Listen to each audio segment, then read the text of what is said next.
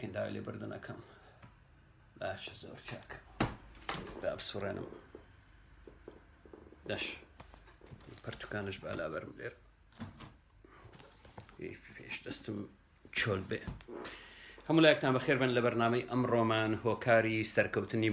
محەممەد لە پەیامەکەی محەممەد و سەعالیکەکان چێ بوون؟ ئایا پێش محەممەد لە دورگەی عەرەبی بوونیان هەبوو؟ ئایا محەممەد کاتێک 13 ساڵ لە مەککە پەیامی یا ئیدعای پێغەمبەرایەتی درۆزنانەی ڕاگەیاند زیاتر لە 75 کەس بە دوای نەکەوتن، واتە لە ساڵێکدا 2 کەس، واتە لە 6 مانگ کەسێک، واتە هیچ کەسێک لە خەڵکی مەککە معجبی دەقەکانی قورئانی محەممەد نەبوون، چکە خەڵکی مەککە دەیانزانی ئەو دەقانەی محەممەد دەیهێنێتەوە شتی زۆر تەبعی و ئاساین لایەن مەئلوف بوو، لەبەرەوە هیچ کەسێک لەسەر بنەمای قورئانەکەی محەممەد ئیمانی بە محەممەد نەهێنا. بەڵام محەممەد دوای ئەوە لە مەککەوە دەرەچێ یا بەر لەوەی لە مەککەوە دەربچێ بە تەواوی استراتیجێتی خۆی دەگۆڕێ، قورئان بە تەواوی ئیهمال دەکا و یاخود قورئان لە خزمەت شمشێر بەکاردەینی و هەروەها قورئان لە خزمەت نێوگەڵیدا بەکاردەینی بۆ سەرکەوتنی پەیامەکەی. باشترین بەڵگەش بۆ ئەمە کاتێک محەممەد دەمرێ خەڵکی دورگەی عەرەبی سەرتاپای لە ئیسلام هەڵدەگەڕێنەوە و شتێک بە ناوی ئیسلام بوونی نامینێ. دواتر ئەبوو بەکر عومەر لە ڕێگای شمشێر و بە زەبر و زەنگ و لە ڕێگای کوشت و کوشتارەکانی شەڕی ڕەددا خەڵک دەجێڕنەوە سەر ئاینەکەی محەممەد. ئەمە باشترین بەڵگەیە. ئەوەی ئەمڕۆ قسە و باسی لەسەر دەکەین ئایا هۆکارەکانی سەرکەوتنی پەیامەکەی محەممەد چی بوو؟ هەر کەسێک پێم بڵێ قورئان ئەمە درۆیەکی شاغدارانە دەکا، هەروە گوتم چکە 13 ساڵی یەکەمی مەککە کە دەقەکانی محەممەد لە ڕووی شەعرەوە لە ڕووی وەزن و قافیەوە جوانن وەکو شەعر، بەڵام شتێکی تێدا نیە خەڵکی مەککە ئیمانی پێناهێنن، چکە ئەم حاڵەتە لای خەڵکی دورگەی عەرەبی حاڵەتێکی مەئلوف بوو، هەمویان دەیانتوانی لە شەعرەکانی محەممەد دەقی زۆر جوانتر بینن و دەیانزانی کە محەممەد ئەساتیر الئەوەلینە یاخود هەروە قورئان دەڵێتن لە خەڵکانی پێشخۆی وەریگرتیە و زۆرێک لە دەقەکانی قورئان لە شاعیرەکانی سەردەمی خۆی وەرگرتیە یا پێش خۆی وەرگرتیە، هەروەک لە ڕابردوو بەرنامەمان لەسەری داناوە.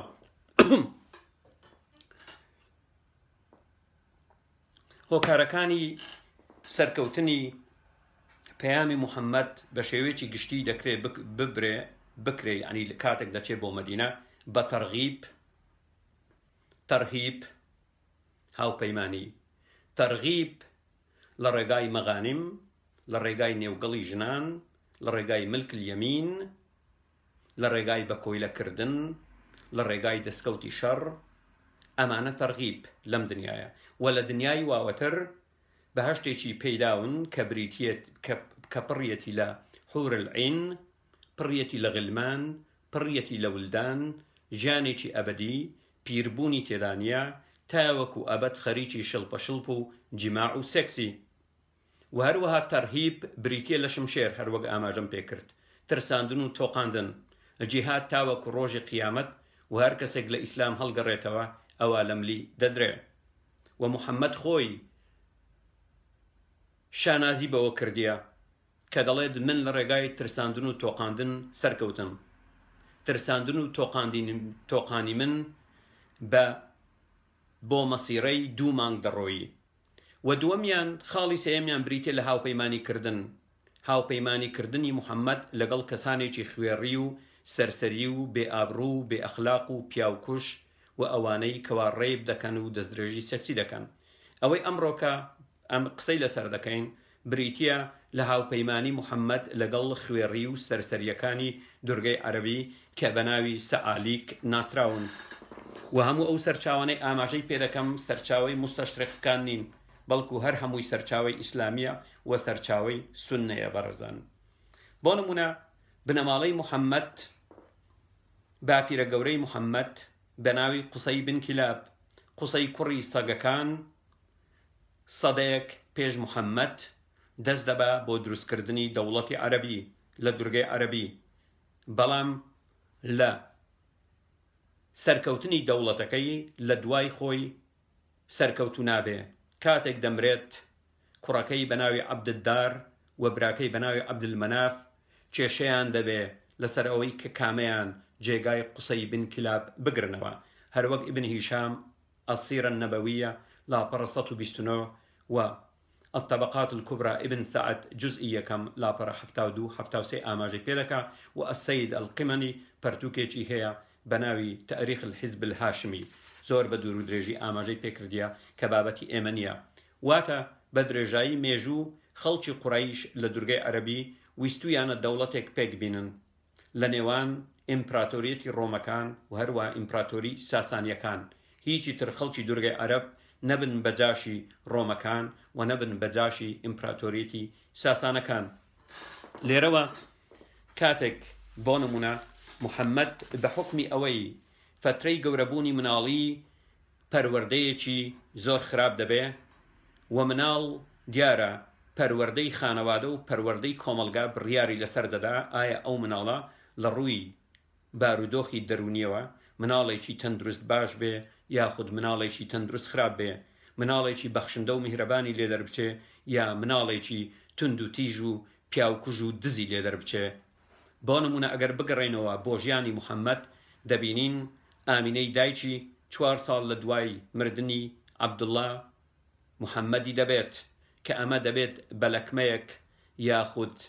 عارق بسر محمد ياخد شرمنديك بسر محمد تناند لدرجي عربي بناوي محمد بن أبيه واتا محمد كري باوشي خوي شكنيان زاني وباوشي چيا يا محمد بن أبي كبشة ناوي دبن أبي كبشة باپيري آمينة دبي ككابراي چي جادو كردبي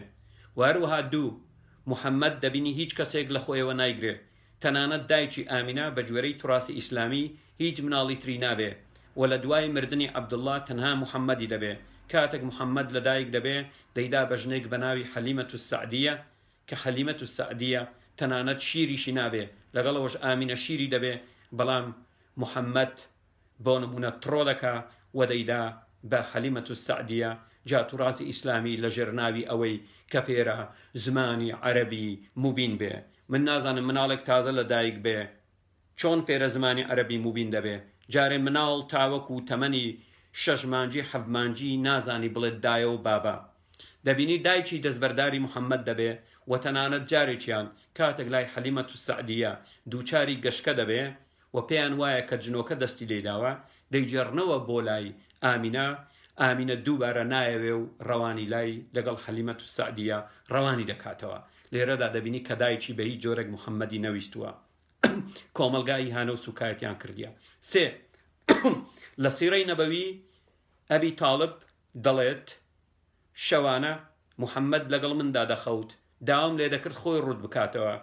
وكاتك خوي رد دكردوا لناو جيغاكا لباوشم دقرد بوني خوش بو لشي نرمونيان بو مام واي لبرازا كرديا لبروي أبي طالب لو بروايا دانا بو كمحمد برازاي بي دبيني وزور بي وجدانانا ماملي لقلي دا كردوا دبيني دزدرجي سكسي كردو تسري چوار محمد بجوري همو تراث إسلامي لكاتي فتح مكة سلمي جني بيدلي كري مامت وكري بورت هات وبوبينينت دلي نامي بيان بينم كري مام هاتشي عرضي كردم وات دزدرجي سكسي كردوتا سرم دبيني همو أوانا خالي بينجم كمحمد آموزاي خوي شوي بينا كرد كاتك تماني 20 سال 25 سال بو بيان ندا چكو بيان قد كويلكي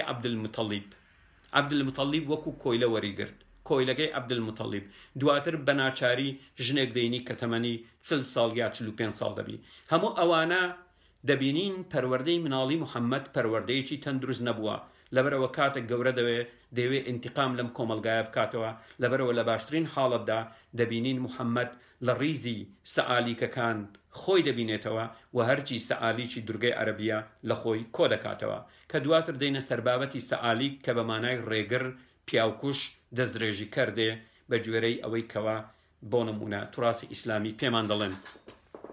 بيجوا باب قرنو بوسر موضوعي سرچاو همولايكتان بخير بن بيجوا باب قرنو بوسر موضوعي أوسو خزرج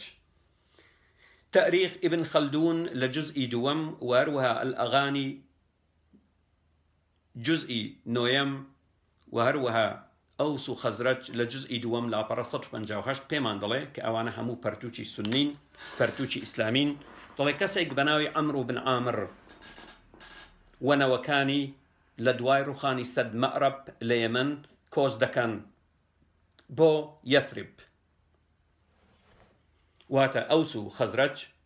بەیەکەوە کۆز دەکەن بۆ یەثریب دوای ئەوەی سەدی مەعرەب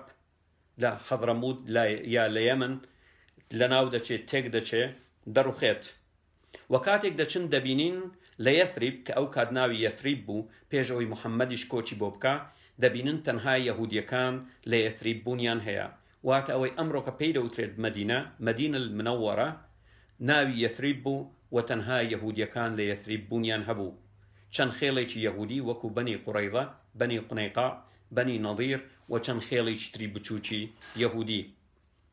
ئەوە بوو ئەوس و خەزرەج لە دەوروبەری مەدینە نیشتەجێ دەبن و ئەوس و خەزرەج خەڵکانێک نەبوون کە دەستی پیشەیان هەبێ بۆ نمونە لە مەڕداری بزانن و یاخود لە هیچ پیشەیەک بزانن و یاخود لە کاری بیستانی یا کشتتوکاڵی بزانن و ئەو کات یەهودیەکان خاوەن هەموو پیشەیەک و هەموو شتێک بوون ئەلئەغانی لە جوزئی نۆیەم لاپەڕە 84 دەڵێ ئەوس و خەزرەج لە ساڵی 440 زاینی واتە نزیک تقریبا 130 ساڵ بەر لە دایکبوونی محەممەد لە ڕێگای حەسان ئیبن سەعد ئەبی کەرەب زۆرێک لە یەهودیەکان دەکوژن دوای ئەوەی کاتێک لە یەمەنەوە کۆز دەکەن بۆ مەدینە بۆ سەر خەڵکانێک کە ئەسڵی خاوەن ماڵەکەن بریتین لە یەهودیەکان ئەوس و خەزرەج دەست دەکەن بە کوشتنی یەهودیەکان و لە ساڵی 440 لە ڕێگای کەسێک بە ناوی حەسان ئیبن سەعد ئەبی کەرب زۆرێک لە یەهودیەکان دەکوژن و دواتر پەنادەبەنە سەر مالک بن عەجلان کە خەزرەجی بوو کە پادشای غەستانیەکان بوو ئەویش دێ بەخۆی و بە لەشکرەکەی 350 لە سەرکردەی یەهودیەکانی یەثریب دەکوژێت و هەروە ئیبن خەلدون لە جوزئی دووەم لاپەڕە 335 دەڵێ دواتر مالک بن عەجلان بانگێشی سەرکردی یەهودیەکان دەکا بۆ ئەوەی ئاش ببنەوە سەبارەت بەو کوشت و کوشتارەی کەوا کردی داوەتیان دەکات لە کاتی داوەتکردنەکە 87 لە سەرکردەی یەهودیەکان دەکوژێت و هەروەها دواتر بین زۆر بە خێرایی شەڕی بوعاث کە ئەلئەغانی ئەسفەهانی لە نووسینی ئەسفەهانیە لە جوزئی حەوتەم لاپەڕە 116 دەڵێت ئەوس و خەزرەج ئەو دوو خێڵە عەرەبیە کە لە دەوروبەری مەدینە نیشتەجێ بوون بەردەوام لە شەڕ و ئاژاوە بوون خەزرەج دواتر دژایەتی قوڕەیزە و نەضیری کرد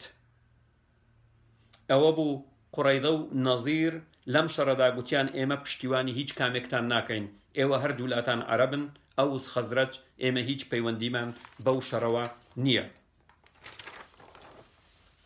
ئەوە بوو خەزرەج داوایان لەم خێڵانە کرد خێڵە یەهودیەکان کە دەبێت 40 مناڵ وەک بارمتە لای بەنی خەزرەج دابنێن لە کاتێکدا لە شەڕدا بوون لەگەڵ ئەوس بۆەوەی دڵنیابن کە ئەم دوو خێڵە یەهودیە پشتیوانی خەزرەج ناکەن پشتیوانی ئەوس ناکەن ببوورە ئەوە بوو 40 مناڵیان دانا لای خەزرەج بەڵام سەرکردەی خەزرەج بە ناوی عەمرو بن ئەننوعمان گوتی دەبێت ئەم هەڵە بقۆزینەوە و هێرش بکەینە سەریان و ماڵ و سەروەت و سامانیان تاڵان بکەین ئەوە بوو چی دەڵێتن نەسی بە زمانی عەرەبی دەڵێ وئینەه والله لا يمس رأسي غسل حتى أنزلكم منازل بني قريظة والنضير على عذب الماء وكريم النخل ثم راسلهم واتە لێرەدا چی دەڵێ سەرکردەکەیان سەرکردەی بۆ نمونە خەزرەج دەڵێتن سوێن بە ئەڵڵا بزانە تەنانەت پێش محەممەدیش ئەڵڵایان ناسیوە سوێن بە ئەڵڵا نابێت ئاو بە قژم بکەوێ تاوەکو نەچینە سەر مڵک و ماڵی بەنی نەضیر مڵک و ماڵ و ئاوی سازگار و چێلگەکانی بەنی نەضیر هەمووی داگیر نەکەین بۆچی چکە چڵ من بەنی نەضیر و بەنی قوڕەیدە 40 مناڵیان داوەتە ئەم خێڵە بۆ ئەوەی دڵنەواییان بێ کە بەشدار نابن لە شەڕی نێوان ئەوس و خەزرەج ئیما ئەن تەخەلوا بەینەنا وبەینە دیاریکم نەسکونوها ئەو نەقتل الرەهائین و دەڵێ پێیان دەڵێن یا ئەوەتە دەبێ زێدتان ماڵتان چێلگەکانتان ئاوتان هەموو شوێنێکتان بۆ ئێمە بەجێ بێڵن بۆی ئێمە تێیدا بژین ئەجینا ئەو 40 مناڵەی لای ئێمە وەکو بارمتەیە هەر هەمیان دەکوژین ئەوە بوو یەهودیەکان ئەم داواکاریەی خەزرەجەکان ڕەفز دەکەنەوە و خەزرەجەکان هەر مناڵەکە دەکوژن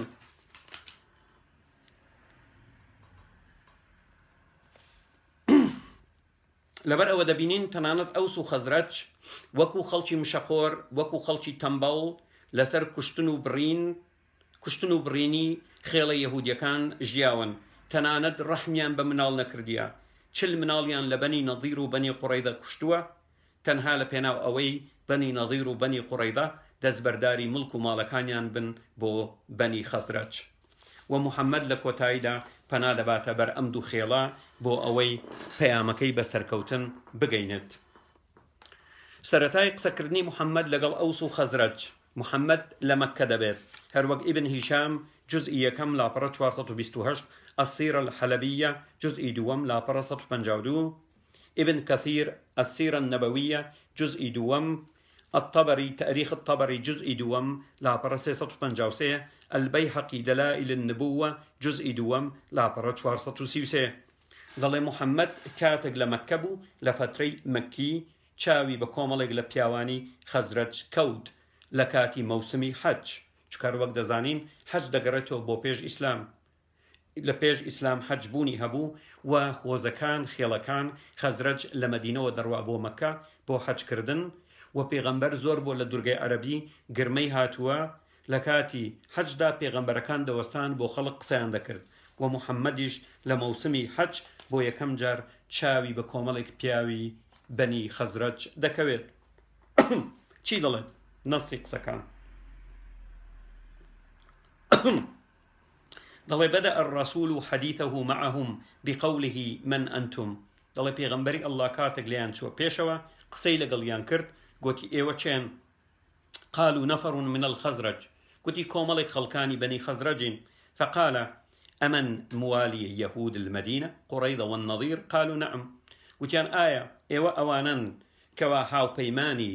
بني قريظة والنظير شكا دواي أوا هەروەک پێشتر لە بیرم کرد دوای ئەوەی 40 مناڵەکە دەکوژن چاریان ناچار دەبێت بەنی قوڕەیدە و نەظیر تەسلیم بن بە بەنی خەزرەج کە بن بە هاوپەیمانیان بەنی خەزرەج گوتیان بەڵێ قال ئەفەلا تەجلسون ئوکەلمکم قالوا بەلا محەممەد گوتی دەباشە دانیشن دەمەوێت قسەم لەگەڵتان بکەم دانانیشن قستان لەگەڵ بکەم گوتیان بەڵێ وإن هذا الرهط قال بعضهم لبعض تعلمون والله أنه النبي الذي يوعدكم به اليهود وبني خزرت پیاوەکان لەنێو خۆیان قسەیان کرد گوتیان والله محەممەد ئەو پێغەمبەرەیە کە بەنی یەهود جووەکان دەڵێن لە ئاخیری زەمان بۆمان دێ محەممەد ئەو پێغەمبەرەیە محەممەد مەهدیە باشە فلا تسبقنكم إليه فلا أسبقنكم إليه گوتیان سوێن بە ئەڵڵا دەبێت پێش یەهودیەکان ئێمە محەممەد بە خۆمانەوە بگرین بیکەین بە پێغەمبەری خۆمان نەک پێغەمبەری یەهودیەکان لأن يهود كانوا إذا وقع بينهم وبينهم شيء من الشر قالوا لهم چکە یەهودیەکان بە بەنی خەزرەجیان دەگوت کاتێک کێشە و ئاژاوەیان دەخڵقا لە نێوان یەهودیەکان لەگەڵ بەنی خەزرەج بە بەنی خەزرەجیان دەگوت سيبعث نبي قد أضل أي قرب زمانه نتبعه نقتلكم معه قتلة عاد وأرم چکە یەهودیەکان دەیانگوت لە ئاخری زەمان پێغەمبەرێکمان بۆ دێ ئێمە هەمویان بە دوای دەکەوین ئەو کاتە تۆڵەتان لێ دەکەینەوە هەروەک چۆن عاد و ئێرم لە ناوچوون و هەموو کوژران ئاوە دەبی تۆڵەتان لێ بکەینەوە بتان کوژین لەبەرەوە خەزرەج گوتیان ئێمە زووتر بادەست بۆ محەممەد بین بیکەین بە پێغەمبەر نەک یەهودیەکان پێش ئێمە بکەون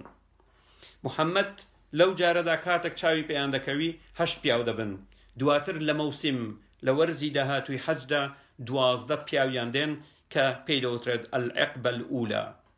النبي قال لمن حضر من الأنصار أبايعكم على أن تمنعوني ما تمنعون منه نساؤكم وأبناؤكم فبايعوا على ذلك وعلى أن يرحلوا إليهم هو وأصحابه دەڵێ محەممەد کاتێک لە مەوسمی داهاتوو چاوی پێیان کەوت کە 12 پیاو بوون لە خەڵکی مەدینە گوتی مبایعەم بکەن لەسەر ئەوەی ڕێگا بگرن ئەو کارم بەسەر بێ کە ڕێگای دەگرن ئەگەر بەسەر ژن و مناڵەکانتان بێ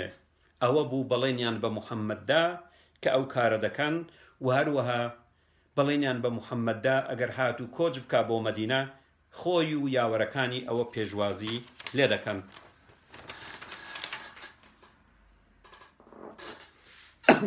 ومحمد تناند لا مبايعكي شرطيان لسردادني بيان دلي السمع والطاعة في اليسر والعسر دبي بلن ايما جويرالو بابندي توين اي محمد لكاتي تنقشة ولكاتي فرواني وهروها دواتر بون من آماجدك بالعقبة الثانية بيماني جنگ او جار محمد بيماني جنجان لوردقري اگر هاتو جنگ بكا او پشتیوانی بكن او كات محمد لما كبوة بلاني جنج دانا وبرتان لما كبوة ابن هشام جزء دوم لا برش يستدو ابن هشام جزء دو لا برحفتاوسي عن عبادة بن صامت قال بايعنا رسول الله بيعة الحرب حضر لمكة 73 رجلا من بينهم أهم زعماء القبيلتين ضلي كسك بناي عبادة بن صامت ضلي بلين من ببيغمبري الله دا كلا قلي دا جنگ بكين ضلي ايما سيوحوت بياو آماده بوين هم لخيلي أوس هم لخيلي خزرج لقور بياواني أمدو خيلا وروى ابن كثير البداية والنهاية جزء سيم آماجا بنا وكان دكا دوباره همان حالتي دوباره كردوتوا كدلي أواني بجدار بون ينظب يابو لا خيلي أوس و بستو شستو دو بياوبون لبني خزرج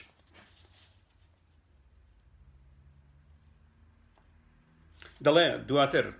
دلي فلما رجع الأنصار الذين بايعوا رسول الله ليلة العقبة الثانية إلى المدينة أظهروا الإسلام بها دلي دواي أو بياوانا قرانوا لعقبي دوم للاي محمد لمكة بو مدينة لو دستيان كرد ببنيادناني إسلام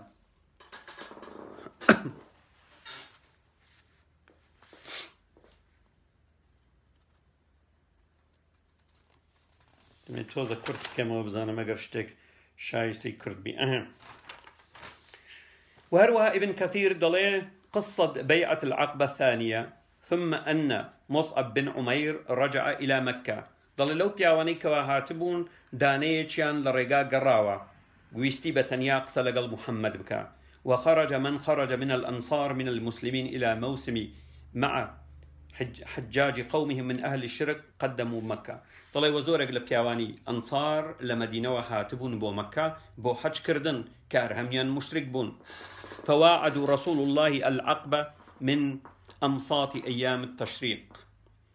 كعب بن مالك كان ممن شهد العقبة وبايع رسول الله يشق لو بياواني كلا مدينة وهاتبو بو موسم حج ولا خلش مدينة بو بناوي كعب بن مالك بو كمبايعي بيغمبري كرد قال فلما قدمنا مدينة فخرجنا نسأل عن رسول الله أول استرتاي هاتنيتيان طليكاتك هاتين بو مدينة برشيار من كرد سبارد بمحمد شكر بقولتم بيشوتري سينضب بياو هاتبون قرابونوا أو جار مجموعة بياوي كان هاتن طلي هاتين برشيار من كرد لمكة سبارد بمحمد كنا لا نعرفه ولم نراه قبل ذلك ضل نمان دناسي وبيشتر نمان بينيبو فالتقينا رجلا من أهل مكة فسألناه عن رسول الله ضل بياويك من بيني لخلش مكة برسيمان سبارد ببيغمبري الله محمد شون بيبينين قال هل تعرفاه فقلنا لا قلت ديناسن قلت منا فقال هل تعرفان العباس بن عبد المطلب عمه قتيان آية عباس يكري عبد المطلب كمامي محمد دناسن قلنا نعم قلت من بلي فإذا دخلتما المسجد فهو الرجل الجالس مع العباس قلت أقرشونا ناو كعبة أو دبينن بياوكا لقل عباس كمامي دكا دانشتوا دلي قال محمد أبايعكم على أن تمنعوني مما تمنعون منه نساؤكم وأبناؤكم فبايعنا يا رسول الله والله فنحن والله أبناء الحروب ضلي أبو محمد قلت بلينم بيبدن كريقاي أوشتا لمن دقرن بسرم دابي أو ريقاي دقرن بسرجنو منالا كانتان دابي ضلي أبو بلين من بيدا قلت من أي بيغمبري الله سوين با الله إيما نوي جنجين هر وقت دبينين والله أبناء الحروب قلت والله إيما خوما نوي جنجين حزمان لجنگو آجاويا بدرجاي ميجو جنگ من كرديا ريگري من كرديا بياو من كشتوا لبرا وصوين ديان خوار كبالي بشتواني لمحمد دكان لجنگ فقال يا رسول الله إن بيننا وبين الرجال حبالا وإنا قاطعوها يعني يهود قتيان أي بيغمبري الله لنيوان إيمي أوسو خزرج بيوندي هي بلام يهود كان هاتونة النيوان مانو نيواني إيمان تيكدايا فهل عسيت أن فعلنا ذلك فابتسم رسول الله ثم قال وكان أي بيغمبري الله بلاتو آسايني أجر هاتو إيما بون من هيرج بكينا سر يهود كانوا بيان كجين فتبسم رسول الله صلى الله عليه وسلم ثم قال بل الدم دم والهدم هدم أنا منكم وأنتم مني أحارب من حاربتم وأسالم من سالمتم طلع محمد بيكني بمقصية قلت خوين برامبر بخوين تيكدان برامبر بتيكدان من لأيوم أيوة لمنن أيوة الشري هركسيك بكن من شري لكم وأيوة آشتي بكن لقل هركسيك منش آشتي لكم دبينن كوا محمد آماديها مشتي تدابوا بأوسو خزرجي قلتيا أيوة الشري هركسيك بكن من الشري لكم شك أيوة لمنن منش لأيوم وأيوة آشتي لقل هركسيك بكن منش آشتي لكم قال ابن عباس قلتي واتر ابن عباس يا معشر الخزرج هل تدرون على من تبايعون هذا الرجل قالوا نعم طلع ابن عباس قلتي أي بياواني خزرج دزان سبارد بچي بلين بو بياوا بمحمد ددن قلتيان بلين قال إنكم تبايعونه على حرب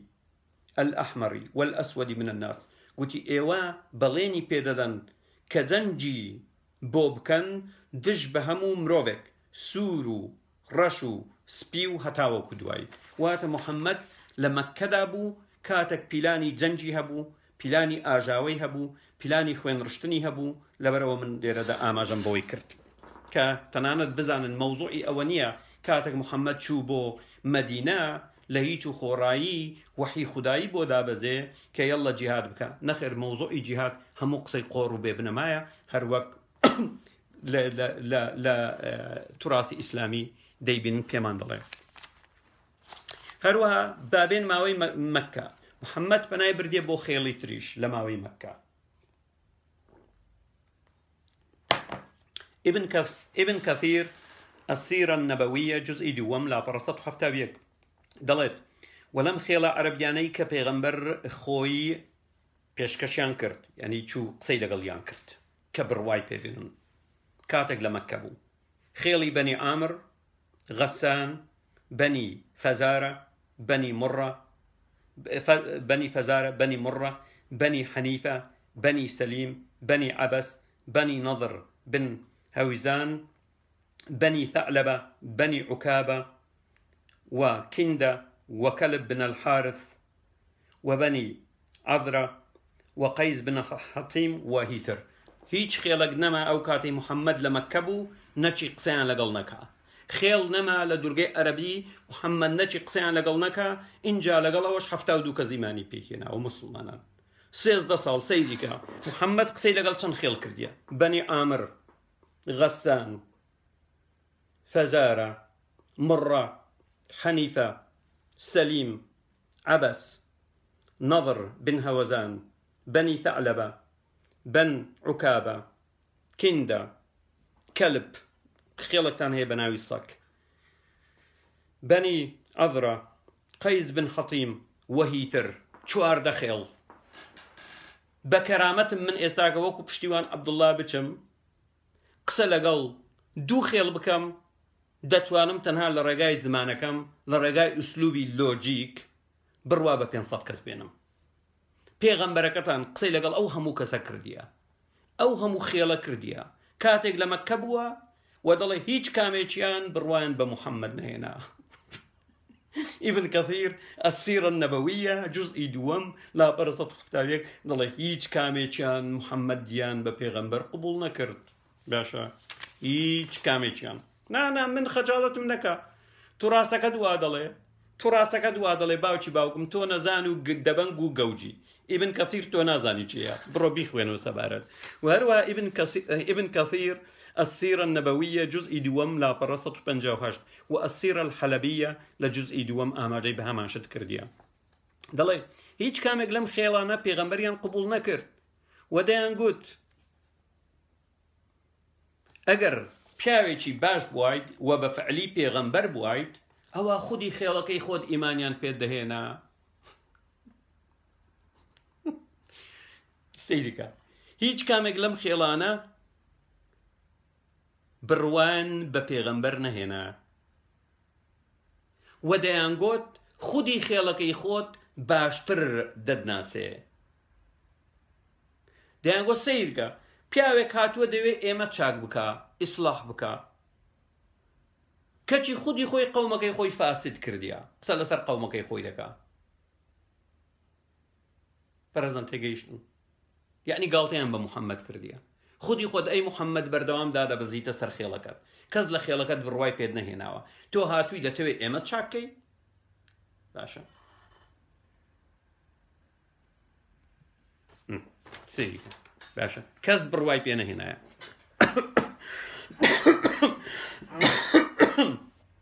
بزانی محەممەد چۆن ویستویەتی بڕوای پێبێنن. تەنانەت محەممەد سەیرکە چی پێیان وتیە. ابن كثير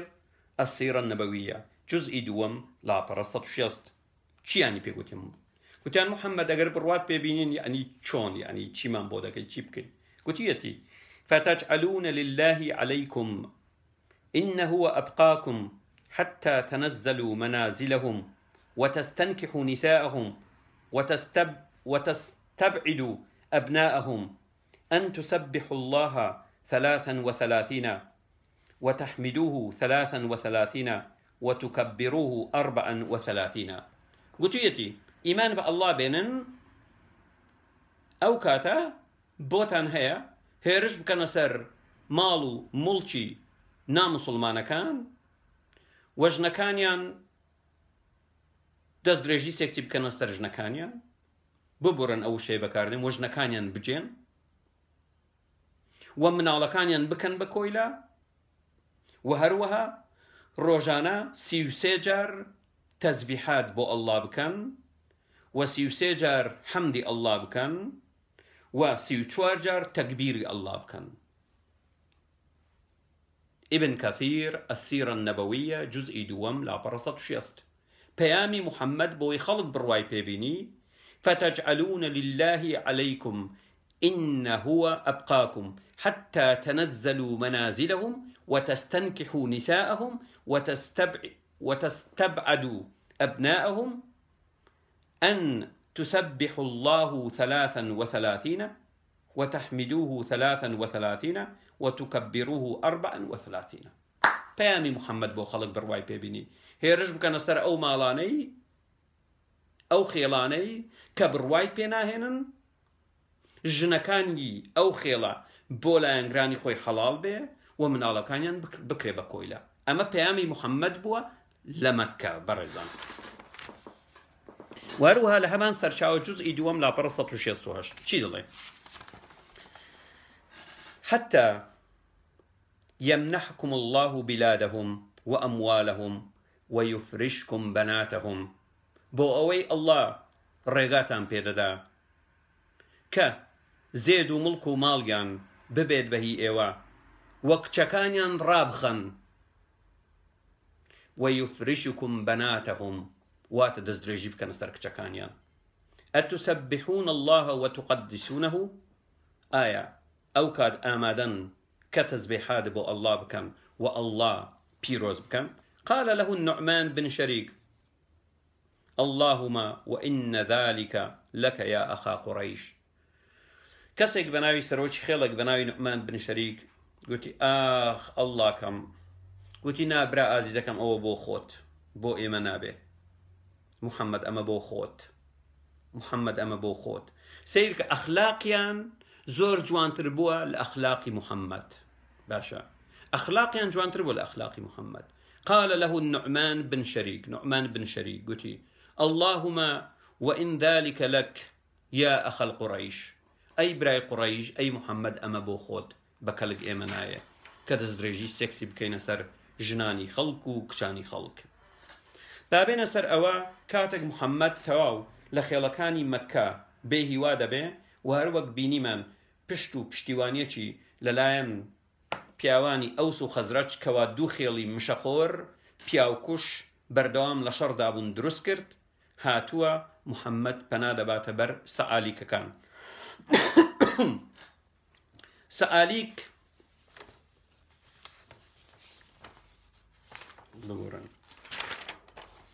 سەعالیک بزانی چێە؟ سەعالیک جەمع سەعلوک. سەعالیک کۆیەکەیتی تاك بتاك بمفرد بيدو تريس سعلوك. سعاليك العرب لصوصهم وفتاكهم. سعاليك عربكان بريتين لدزو جردو ريغرو بياوكو جكان. ريغر بمعنى الريغر دي. السعلوك محتال متشرد. سعلوك بليتين لخلكانيشي تلكباس كتروكراو آورو دربدر. تاج العروس دڵێ خەلع من الدين والحياة. سەعلوکە كان بريتين ئەوانە کە داماڵدراون لە دین و لە شەرم، هیچ شتێکیان لا شەرم نییە، هەموو شتێک دەکەن. وهروها بۆ نمونە لە قاموسی تری عەرەبی دەڵێ قطاع الطرق بريتين لە ڕێگرەکان يقومون بعمليات السلب والنهب کە چاڵاکی، ڕێگری، ڕاوڕوت، دزی، فەرهودی ئەنجام دەدەن. متمردين على كل عادة هەڵگەڕاون لە هەموو دابوونەریتێکی کۆمەڵایەتی، گوێ بە هیچ دابوونەریتێکی کۆمەڵایەتی نادەن. ئەمتەهینوا مهنة غزو القبائل. ئیش و کاریان بریتیە لە بەسەردادادان بەسەر کۆمەڵێک. خێڵ ژن بەدەستدێنن، مناڵ بەدەستدێنن، دەست درێژی دەکەن، ئیتر نانی خۆیان بەدەستدێنن. و هەروەها بۆ نمونە لە دورگەی عەرەبی لە سەردەمی محەممەد چەندەها گروپ هەبوون، لەوانە پێیان دەگوترا ذؤبان العرب، قەڵە ڕەشکەکانی عەرەب، بورن گورگەکانی عەرەب. ذؤبان العرب گورگەکانی عەرەب. الخلعاء الشذاذ، وەکو بۆ نمونە زۆرێک لەو کەسانە حاجز الئزدی، قەیس بن الحدادیە، عروە بن الورد، و زۆربەی زۆریان شاعریش بوون ئەوانە. ئەویتریان غوربان العرب، قەڵە ڕەشکەکانی عەرەب، ئەوانەیە بوون کە دایکیان کۆیلە بوون، دایکیان بە ئەسڵ ئەفریقی بوو، و کاتێک لە دایک دەبوون لە پیاوانێکی عەرەب باوکەکانیان نەیان دەگرتنە خۆیان، بۆ نمونە تڕۆیان دەکرد، دەیانگوت ئەوە کوڕی ئێمە نییە، وەکو ئەسولەیک بن ئەسسەلەکە و تەعەبەتە شەڕەن کە بە ناوی ثابت بن جابر و ئەشەنفەری. و هەروەها سێیەم قەبائیل السەعلەکە، و هەندێک خێڵ هەبوون سەعلوک بوون، ڕێگر بوون، وەکو قەبیلەی یاخود خێڵی ئەلغیفار، و پێشتر ئاماژەمان بە ئەوس و خەزرەج کرد. ئەلغیفار یەکێکیان کە زۆر یاوەری محەممەد بوو، بەردەوام لە فەرمودەکان ئاماژەی پێدەکرێت کە ناوی ئەبوو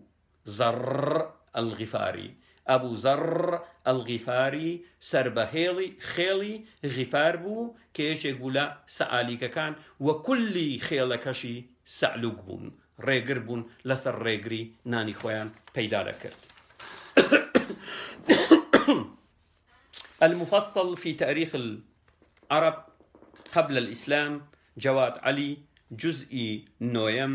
لاپرة 602 ضلي. والسعاليك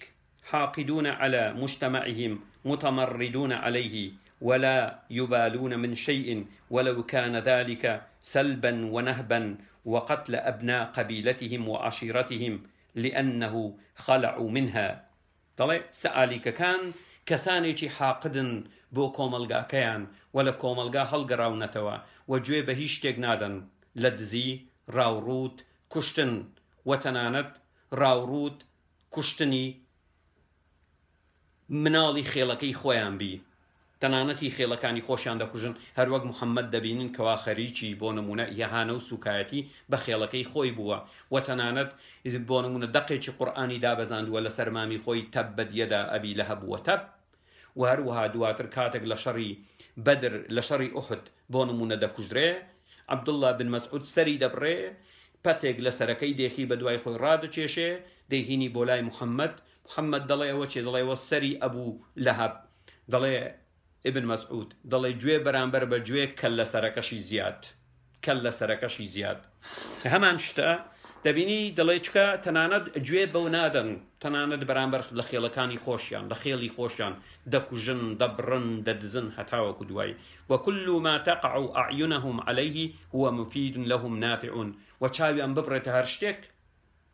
دەیدزن فەرهودی دەکەن چکە دەڵێن سوودی دەبێت بۆمان من حقهم بحكم فقرهم انتزاعه من مالكه دەڵێ وە بە حەقی خۆیان دەزانن چکە دەڵێن ئێمە هەژارین و مافی خۆمانە کە لە کەسێکتر بیستێنین وإن كان مالكه فقيرا معدوما تەنانەت ئەگەر ئەو کەسەی ئەو شتەی هەبێ کەسێکی هەژاریش بێ لێی دەستێنن گوێی پێنادەن دەڵێن ئەوە هی خوددایە و بە ئێمەیدایە ويرون الخلاص من هذا الذل بالحصول على المال بالسيف ودبينن بۆ دەرچوونیان لەو زەلیلیەی تێکەوتون بریتیە لە بەدەست هێنانی سامان لە ڕێگای شمشێر بۆ ئەوی لەو ڕسوایی تێکەوتن ڕزگاریان بێ وەکو محەممەد دەڵێتن جوعل ڕزقی تحت ظل ڕمحی محەممەد دەڵێتن ڕزقەکەم خراوەتە ژێر سێبەری ڕمەکەم هەمان شت هەمان حاڵەتە هەروەک دەبینن القتل عند السعلوك كشربة ماء دەڵێتن کوشتن لای سەعلوکەکان ڕێگرەکان جەردەکان بەڵتەجیەکان وەکو ئاو خواردنەوە وایە فالحاجة عندهم تبرر الوسيلة پێداویستی لایەن ئەگەر پێویستیان بە شتێک بی وەسیلەکە زۆر طبیعیە تەبریری دەکا فمن وجد شخصا معه مال لا يجد السعلوك سببا أخلاقيا يمنعه من قتله للحصول على ماله وهر کەسێک پارەی پێبی شتێکی پێبێ سەعلوکەکان هۆکارێکی ئەخلاقیان نییە بۆ ئەوەی نەیکوژن دەیکوژن یعنی هۆکاری ئەخلاقی نازانن خاوەن ئەخلاق نەبووینە هەروەک محەممەد خاوەن یەک بەهای ئەخلاقی نەبووە هەروەک 4 ساڵە تحەدای سمێڵ قوتان دەکەم دەڵێم یەک بەهای ئەخلاقی محەممەدم بۆ بینن بوونی نەبووە محەممەد لەو گروپەدا خۆی دەبینێتەوە وتەنانەت الشەنفەری کەوا یەکێک بۆ لە سەعالیکەکان نەک لە سەردەمی محەممەد پێش محەممەد سیرکە کاتە غاڕەیەک دەکا شعرەکانی چەند جوان نووسیوە شعر شاعریش بووینە زۆربەیان بە شعر بۆ نمونە چی دەڵێتن فأيمت نسوانا وأيتمت إلدة وعدت كما بدأت والليل أليل دەڵێ ژنانم بێمێرد کرد و مناڵانم هەتیو کرد وەگەڕامەوە شوێنی خۆی هەروەک دەستم پێ کرد و شەو شەوە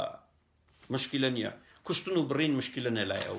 یعنی کوشتن و بڕین مشکلە نیە هەروەک محەممەد چەندە سوڕەتی جیهادی داناوە فاضربوا الرقاب قاتلوهم كتب عليكم القتال وهتاوكو دوائي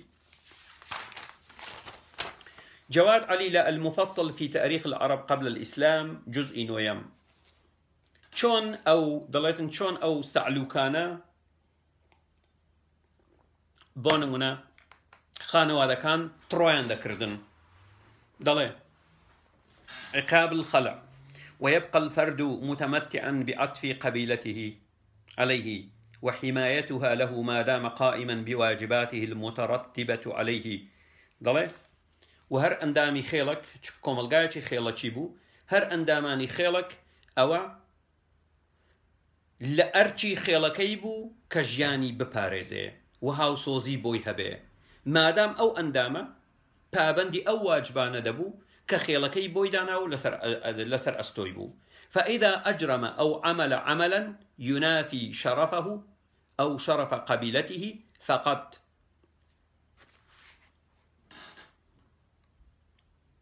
فقد عصبية أهله وقبيلته له دەڵێ بەڵام ئەگەر هاتوو ئەندامێکی خانەوادەیەک یا خێڵک کارێکی تاوانبارانەی بکردبایە و یاخود کارێکی دژ بە شەڕەفی بکردبایە کە لەگەڵ شەڕەفی خێڵەکە نەدەهاتەوە هەر کارێکی بکردبایە دژ بە دابوونەریتی خێڵەکە بووایە ئەوە تەواو پاراستنی ئەو کەسە پاراستنی خوێنی ئەو کەسە لە ئەستۆی خێڵەکە نەدەما ويقال للرجل الذي تغضب عليه قبيلته وتحرمه عطفها وعصبيتها له الخليع وأو كسي كوا بهوي أو كار ناشياواني كاتي كسيك دي كرت كوا خيلكي هيجي تر نيدا باراست بو كسيان داود خليع وات الدامال دراو لحصاني قبيلة نيد باراست. وقد يقال له الرجل اللعين أو اللعين، وبيان دوت بياويشي نفرد لكراو يا بياويشي تروكراو، چکە کارێکی ناشیاوی کردیە لە خێڵەکە پارێزگاری لێناکە. واللعين هو المطرود، ودڵێ لعين نفرد لكراو بريتيا لدركراو. ولا بد من إعلان خلع، ودڵێت دەبوایە کاتە خێڵک کەسێکی لە خێڵەکەی خۆی دەردەکرد دەبوایە ئەعلانی بکەن بۆ خەڵک، بۆ ئەوەی کاتێک تاوانێکی ئەنجام دەدا تاوانەکە لەسەر خێڵەکە تاو نەبوایە. یعنی بۆ نمونە خێڵەکە ئەستۆی ئەو تاوانەی یا ئەو تاوانەی لە ئەستۆی نەبوایە، هیچ پەیوەندی پێوە نەبایە. چی دەڵێ؟ لتكون ذلك معلوما عند أفراد قبيلته أو القبائل الأخرى، دەبوایە ڕای بگەینن کە فڵانە کەسمان نەفرەت لێ کردووە، دەرمان کردووە، حاشامان لێ کردووە، تڕۆمان لێ کردووە، هیچ پەیوەندی بە خێڵەکەمان نەماوە، بۆ ئەوەی ئەندامانی خێڵەکە بزانن و خێڵەکانی تریش بزانن ئەگەر تاوانێکی کرد. وذلك كان يعلن الأب في المواضع العامة وفي المواسم إنه خلع ابنه. دەڵێ وە باوک بەم کارەها هەر هەڵدەستە ئەگەر هاتوو باوکی هەبوایە یا برای گەورە یا سەرۆکی خێڵ لە مەواسیمەکان لە میهرەجانەکان بۆ نمونە یا لە مەوسمی حەج یا لە بازارەکان ئیعلانی دەکرد، دەیگوت هەمەی کوڕی ئامەمان تڕۆ کرد، هەمەی کوڕی ئامەمان نەفرەت لێ کرد، هەمەی کوڕی ئامەمان ئاوا لێ کرد، هیچ پەیوەندی بە خێڵەکەی ئێمەوە نییە بۆ نمونە. وقد كان الحج من المواسم المناسبة لإعلان خلع الخلعاء. دەڵێتن وهروها حج کاتێکی باش بۆ ئیعلان کردن کە فڵانە خێڵ فڵانە کەسی تڕۆ کردیە، هەر کارێک هەر تاوانێک بیکە پەیوەندی بە خێڵەکەیەوە نییە. لە کاتی حەج دەهاتن هەروە گوتم چۆن پێغەمبەرەکان لای حەج کۆ دەبوونەوە قسەیان لەگەڵ خەڵک دەکرد، ئەوانش داهاتن ڕایان دەگەیان لە کاتی حەج هۆی خەڵچینە من باوکی فلان کوڕی فلانم لە فلانە خێڵ کوڕەکەم بە ناوی فلانە کەس کارێکی ناشیاوی کردیە، ئێمە لە خێڵەکە لە خانەوادەکە تڕۆمان کرد، دەرمان کرد، تەواو. وكذلك كانت مواسم الأسواق كسوق عكاظ، وهروها لبازاركان وكو بازار عكاظ، فهي مواسم تجمع ينادي فيها المنادي يخلع من يراد خلعه. طلع لا ورزي حج يا لبازاركان كسك دهات بانجي دكرت فلان كري فلان تروكرا لخيالكي دركرا نفرتي لكرا. ضلي تكتل السعاليق احيانا وكونوا عصابات تغزو وتغير وتقطع الطرق. دەڵێ ئەوە بوو ئەوانەی کەوا تڕۆ دەکران دەردەکران دەبوون بە کوتلە دەبوون بە کۆمەڵ کۆ دەبوونەوە، کاتە کۆ دەبوونەوە گروپی چەتەییان پێک دەینا بە ناوی گروپی سەعالیک، هەروەک پێشتر ئاماژەمان پێکرد وەکو گروپی گورگەکان قەڵە ڕەشکەکان، هێرشیان دەکرد بۆ سەر کاروانەکانی بازرگانی، هێرشیان دەکرد بۆ سەر بۆ نمونە خێڵێکی دیاریکراو، هێرشیان دەکرد بۆ سەر کاروانێک و کاری ڕێگریان دەکرد. وقد كون السعاليق عصابات تنقلت من مكان إلى مكان تسلب المارة وتغير على إحياء العرب لترزق نفسها ومن يأوى إليها. انضم إليها السعاليق من مختلف القبائل. ضلوا وسعاليق كان بريتيبون لجروبي تشتيي كلا شوينك بو شوينيشتر درويشتن دجوزرانوا وهركسك تيبردبو تواو ديان كجتو هەرچی پێبالیان دەستان و هەروە هێرشیان دەکردە سەر ئەگەر کۆمەڵی ماڵی بچووک بانە لە ژێر ڕەشماڵ هێرشیان دەکرد بۆ ئەوەی خواردنی خۆیان بەدەست بێنن. و دەڵێ خەڵکانێکی سەر بە خێڵی جیاجیا پەیوەست دەبوون بە گروپی سەعالیکەکان. سەعلوک وەلیکەونی ئەکثەر تکاتەکەم شێری بکەن بەڕێزان، ئەو بابەتە شێر بکەن با خەڵک بابیزانێ ئەوە سەرچاوی ئیسلامیە. ئەگەر بتوانی زۆرترین شێرم دەوێت بە ئەو بابەتە، زۆرترین شێرم دەوێت بۆ ئەو بابەتە. کامیرە نییە ئازیزم، کامیرە نییە. ئەوانەی دەیخوێنمەوە تۆ ڕەنگ بێ لە ژیانتدا بۆ نمونە نەتخوێنبی تۆ نەزدانی بی و کەسیان نازانی چێن ئەسڵەن. ولكون أكثر السعاليق من الشبان الطائشين الخارجين على أعراف قومهم ومن الذين لا يبالون ولا يخشون أحدا. وزۆربەی سەعالیکەکان لە کەسانێکی گەنجی تند و تیش پێک هاتبوون کە دەرچوو بوون لە دابوو نەریتی قەومەکەی خۆیان و ئەو کەسانە بوون کە گوێیان بە هیچ نەددا، بە هیچ ئەخلاقێک، بە هیچ دابوو نەریتێک و لە هیچ نەدەترسان. صاروا قوة خشي منها وحسب لها حساب، تناند بون بهيس كوا خلق حسابي بويان ذكر، وخاصة فيها شعراء فحول ويحسنون الهجاء، وبتايبتي شاعري بتوانان تدابو، هم بون بشاعر لبيابان، وبتايبتي شاعري بتوانان تدابو ك لشعركانيان هجان بكاردينا زماني جوين هر وقشون لقرآن داهيا تبت يدا أبي لهب وتب عتل بعد ذلك زنيم مثله كمثل الكلب ونمونا همان شت، يعني همان شت كواب ونمونا هجان بكاردينا. وفيها مقاتلون شجعان لا يعبؤون بالموت يفتكون بمن يريدون الفتك به، ودليه جنگاوری ئازان تێدا بوو لە مردن نەدەترسان و بیاویست بای هەر کەسێک بیکوژن دەیان کوشت. وخافهم الناس و خەڵک لێیان تۆقی بوو، هەر وەک چۆن محەممەد دەڵێتن نەسەرت بالرعب، محەممەد دەڵێ بەترساندن و تۆقاندن سەرکەوتم. وعدوا لهم ما استطعتم من هەتاوەکو دوای ترهبون به،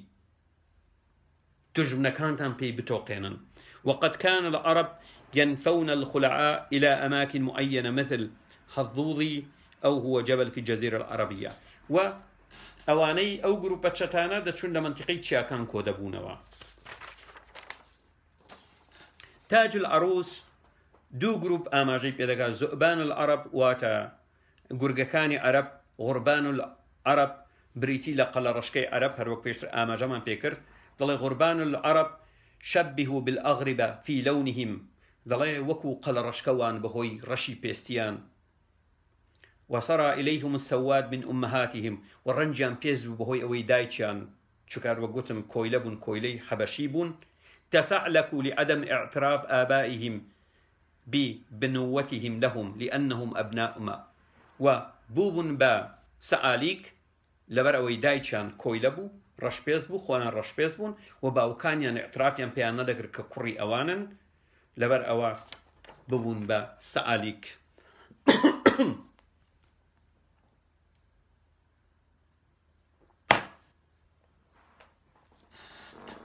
قريش سعاليك كان ميجوي پەیوەندی بنەماڵەی محەممەد لەگەڵ سەعالیکەکان پەیوەندیەکی دوور و درێژە. عەبدولموتەڵیب پەیوەندی هەبووە لەگەڵیان، ئەبی تاڵب پەیوەندی هەبووە لەگەڵیان، مامەکانی محەممەد پەیوەندیان هەبووە لەگەڵ سەعالیکەکان، هەر وەک دێن ئێستاکە ئاماژەی پێ دەکەین. چی دەڵێ؟ هەمان سەرچاوە. وكانت مكة مكانا أوى إليه ذؤبان العرب وخلعاؤهم وسعاليكهم حتى كثر عددهم بها لما وجدوا فيها من حماية ومعونة. ضليت تنانت مكة شويني گورگەکانی عەرەب بوو و ئەوانەی لە خێڵەکانیان داماڵ دراون، شوێنی سەعالیکەکان بوون. تەنانەت لە سەردەمانێک ژمارەی سەعالیکەکان لە مەکە زۆر بوو کە لە مەکە خەڵکانێک هەبوون سەعالیکەکانیان دەپاراست و یارمەتیان دەدان. المفصل في تاريخ العرب جزئي هجدم لا برصة وشتاوشوار، الأغاني أبو فرج الأصفهاني جزئي بيستويق لا برشيستدو. طلع هر کەسێک بۆ نمونە پیاوێک ئەگەر دژایەتی لەگەڵ دراوسێکەی هەبوایە دەهات بۆ مەکە بە دوای سەعالیکەکان دەگەڕا دەیگۆ دووسێ سەعالیکم دەوێتن بە پارە دەیگۆ بڕۆ دراوسەیەکم هەیە دژایەتیم لەگەڵی هەیە بیترسێنە یا بیتۆقێنە یا بیکوژە یا چینێشی لێ بدە بۆی بێ بە پیاو. بۆ نمونە لێرەدا دەڵێ کاتێک ئەبوو جندب ئەلهوذەلی کە دواتر یەکێکە دەبێ بە هین وابزانم ئیسلام بەڵێ مسلمان دەبێ ویستی تۆڵەی خوێن لە بەن و لەحیان بکاتەوە. دەڵێ کاتێک ئەبوو جندب ئەلهوذەلی ویستی تۆڵەی خوێن لە بەن و لەحیان بکاتەوە بەهۆی ئەوەی دوو دراوسەی ئەبوو جندوبی کوشتبوو هات بۆ مەکە کۆمەڵێک لە سەعالیکەکانی کۆ کردەوە کە بریتی بوون لە تۆڕی و خوێڕیەکانی بەنی بەکر و خوزاعە و بردیانی بۆ سەربەنی لەحیان. وهروها المفصل في تاريخ العرب جزء نويم لا برشا 121 ابن طلع بەڵام ئەبوو الطەمحان الألقینی کە حەنظەڵە بن الشەرقیە لە بەنی کینانە وەک کەسێکی خەلیعی فاسق بوو، بێئابڕوو بوو و هیچ ئەخلاق و ئەدەبێکی نەدەزانی، لە مەککە لای الزوبەیر بن عەبدولموتەڵیب دادەبەزی. کەسێک بە ناوی حەنظەڵە بن الشەرقی کە یەکێک بوو لە سەعالیکەکان کە بە ئەسڵ لە بەنی کینانە بوو، کەسێکی خەلیع بوو، کەسێکی فاسق بوو، بێئابڕوو بوو، خوێڕی بوو، سەرسەری بوو، هیچ ئەخلاقێک و ئەدەبێکی نەدەزانی. کاتێک دەهات بۆ مەککە لای الزوبەیر بن عەبدولموتەڵیب ئەمامی محەممەد دادەبەزی. دەبوو بە میوانی ئەو سەیریکە ئەوە بزەبت ئەوە وەسفی کردیە بەڕێزان، دەڵێ فاسق، بێئابڕوو، هیچ ئەخلاق و ئەدەبێکی نەدەزانی، لە مەککە لای الزوبەیر بن عەبدولموتەڵیب مامی محەممەد دادەبەزی. وهروەها ابن حەجەر الإصابة في تمييز الصحابة ژمارەی فەرموودە 2007 لا سەبارەت بە هەمان کەس أبو الطمحان چی دەڵێ؟ كان نديما للزبير بن عبد المطلب في الجاهلية ثم أدرك الإسلام إنه كان ينزل على الزبير بن عبد المطلب. دەڵێتن أبو طمحان هاوڕێی زبير بن عبد المطلب بوو لە سەردەمی جاهلی وەژیا تاوەکو سەردەمی ئیسلام، وەکاتێک دەهات بۆ مەککە لای زبير بن عبد المطلب دادەبەزی. هاوڕێ ڕۆح بە ڕۆح بوون لای مامی محەممەد. وهروها دەڵێ ونزل مطرود ابن كعب الخزاعي في جوار عبد المطلب، وكسي اشتر هاوري عبد المطلب وباپيري محمد بناوي مطرود ابن كعب الخزاعي، تروكراوي كري كعب خزاعي مطرود باشا يچي تربو لسا آليك كان لا عبد المطلب دادا بزي. وهروها المفصل بيمان دلي وبم جۆرە سەعالیکەکان خۆیان دەخستە خزمەتی ئەو کەسەی کە دەیویست بەکاریان بهێنێت بۆ بەدەستێنانی ئەنجامەکانی خۆی لە بارامبەر ڕازیکردنیان و دابینکردنی ژیانیان، هەروەک چۆن وڵاتانی بیانی مرتەزیقەکان بەکاردێنن لە پێناو بەرژەوەندیەکانی خۆیان، واتە عەبدولموتەڵیب و مامی محەممەد ئەوانەی بەکاردەهێنا لە پێناو بەرژەوەندیەکانی خۆیان بەرامبەر بەوەی کە شوێنیان پێیان دەدا و خواردنی پێیان دەدا. سەعالیکەکان پەیوەندی بە محەممەدەوە دەکەن، هەروەک بینیمان ئەوس خەزرەج دوای ئەوەی لە مەککە هیچ خێڵک بڕوای بە محەممەد نەهێنا، قسەی کردبوو لەگەڵ زیاتر لە 14 خێڵ کەس ئیمانی بە محەممەد نەهێنا بوو. سەعالیکان پەیوەندی بە محەممەدەوە دەکەن. صحیح بوخاری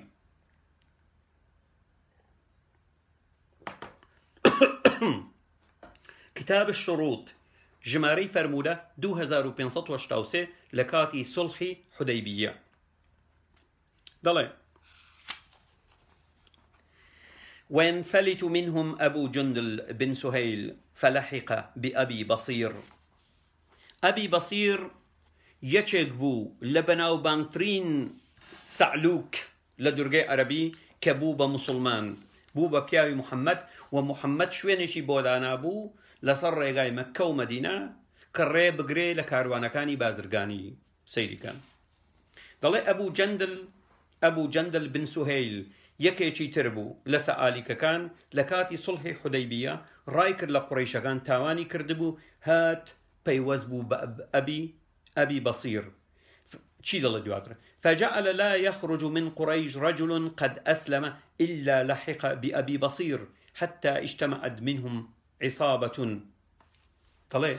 بشويك بو هر يچك لسعاليككان سألوككان ريغركان تروكراوكان لمكة راين ذكرت دهاتن بولاي محمد دبون بمسلمان پيوز دبون بأبي بصير دبون ببياوي تاوكو جروبي چي چتايان بيكينا جروبي چتا. قال فوالله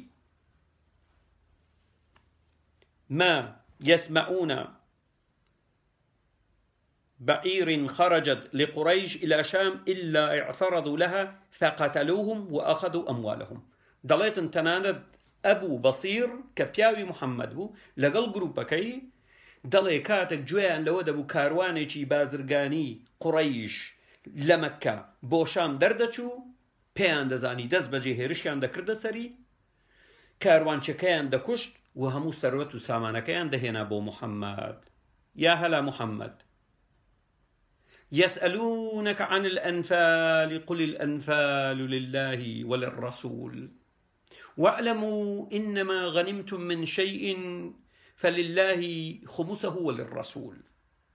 مما أفاء الله من أهل القرى فلله وللرسول وعدوكم الله مغانم كثيرة بلى أو خويتي وتنانت لكاتي صلحي حديبية شر دادن لسر محمد ضلن محمد هر تاوان بارك لما كدرتشو بوتوني قبولي بكي بوتوني قبولي كر محمد هموي قبول ذكر محمد قوتي باشا بلام دواتر او بيمانه دشتيني لهمان كادا عمر كوري خطاب نامه يقدنوسي بوس عليك كاني مكة ضلي كاتك درتشون من بو مدينة دز بجي برون بيوز بن بأبي بصير هروق الواقدي آماجي بيكرديا لسر ريقاي مكة شام لوي بيوز بن إما بشتواني تاندكين أو نامكي عمر كوري خطابة صحيح بخاري كتاب الشروط باب الشروط في الجهاد والمصالحة مع أهل الحرب وكتابة الشروط أو سبارد بصلحي حديبية جماري فرمودا 2731 2732 تو رمضان مسلمانان أما واقعة لبخاري ولمسلم لكتاب كاني خوتان هي تنها كسك بيويز دكا بكوي كاتوا أو بابتانا لتنش يك دابني بو إخوان نويق كابو محمد بو إسلام تنها أوي بو إيدا صلاتي كردي بخوانيو دي بي إيشتا جيا كان بدرجاي ميجوبيني لتقية دابني بو إخوان نويق درست بوي هبه لكاتي صلح حديبية كاتك صلح كذا نسن كسك بناوي عروة بن مسعود كانوا ينري قريش كان دبي دي بولاي محمد كوال دروي مكة دبن قال عروة لمحمد فرمو لك دور درجة أو شوي ندخ بين ما كبيوستي ببابتك إما هي عروة بمحمد يقول فإني والله لأرى وجوها وأبي لأرى أشابا من الناس خليقا أن يفروا ويدعوك أروى قلت أي محمد والله هندي دمو تشاو دبينم وسوينت هندك بالتجي وشاب يعني بالتجي هندي بالتجي دبينم هندي خلق دبينم شرو تشاو دبينم لدور برد أجر هاتوا اليد بقوم رادكا فقال له أبو بكر بيود أمصص بذر اللات أبو بكر بأروى قلت بروقيت كي اللات بتيشي جنبه بروقيت كي اللات بمجا فقال من هذا عروة قلت أما شيء قالوا أبو بكر بزانا للتراث إسلامي بيمان دلين أبو بكر بياوي چي ناسراو بو لمكة بازرگاني چي دولمن بو ناودار بو همو خلق ديناسي عروة نايناسي كورنيك بتينا عروة نايناسينا عروة دلين أما شيء عروة نايناسي يعني دزاني چون التراث كتان هموي لسر بنماي دروهاتيا باشا عروة نايناسي دلين أما شيء بيدلن أبو بكر فرفع عروة رأسه فقال من هذا دواتر كسي يشتري بيني سري برس كردوا يجك لسا عليك كان دبيني لقل جماعتي محمد قلت أما شيء قالوا المغيرة بن شعبة قلت أنا مغيرة بن شعبة الصحابي الجليل مغيرة بن شعبة جاء وانا همي رضي الله عنه أواني آمال بن لكاتي صلحي حديبية لجرد رختك فقال أي غدر قلت يا ما تغدرك ألست أسعى في غدرك وكان المغيرة صحب قوما في الجاهلية فقتلهم وأخذ أموالهم ثم جاء فاسلم قلت لو غدر قوري تو أو نبوي كغدر لخلق ذكرت وظليتن مغيرة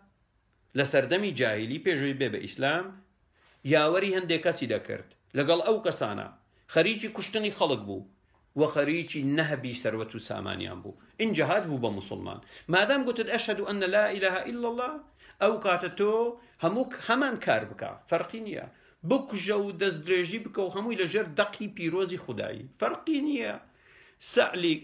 سألوك كان بيشو در خلق تان دا كشت بكو جبابي بابا مروكو أو تتاني داعش بەڵام ئەو جارە لە ژێرناوی جیهات یعنی زۆر طبیعیە دەست درێژی دەکردە سەر مناو زۆر طبیعیە لە ژێرناوی ملک اليمین دەست درێژی دەکەیتە سەر ژنانێک بێریان هەیە والمحصنات من النساء إلا ما ملكت أيمانكم طبيعية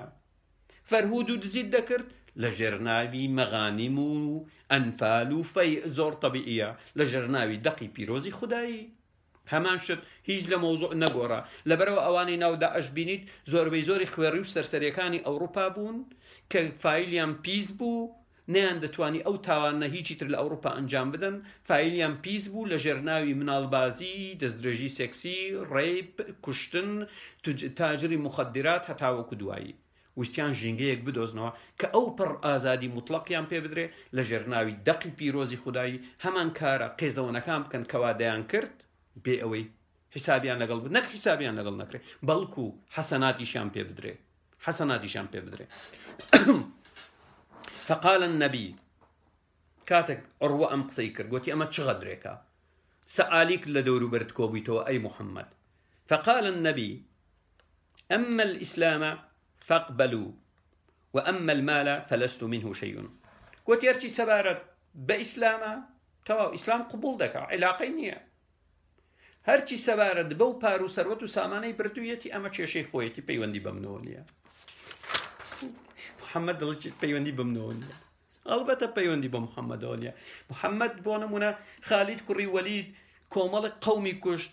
کەوا گوتیان سەبەئنا هاتەوە گوتیان پێغەمبەر لە خۆڕایی ئەو خەڵکانەی کوشت سزای خالیدی نەدا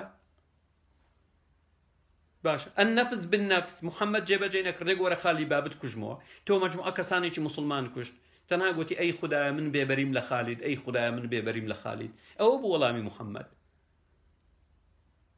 کاتێک زەید بن الحارثە چوو قورفەی کوشت سەری بڕی و کردی بە دوو بەشەوە پیرێژنەک و کە لە سەرەکەی هیناوە محەممەد بە ڕووتی بۆی چوو زەید بن الحارثە گوتی پێغەمبەری ئەڵڵا بۆچی ڕووتی نێوگەڵم نیشاندەی گوتی بەگونمەوە وەگەوەی وایە محەممەد بڵێ بەگونمەوە باش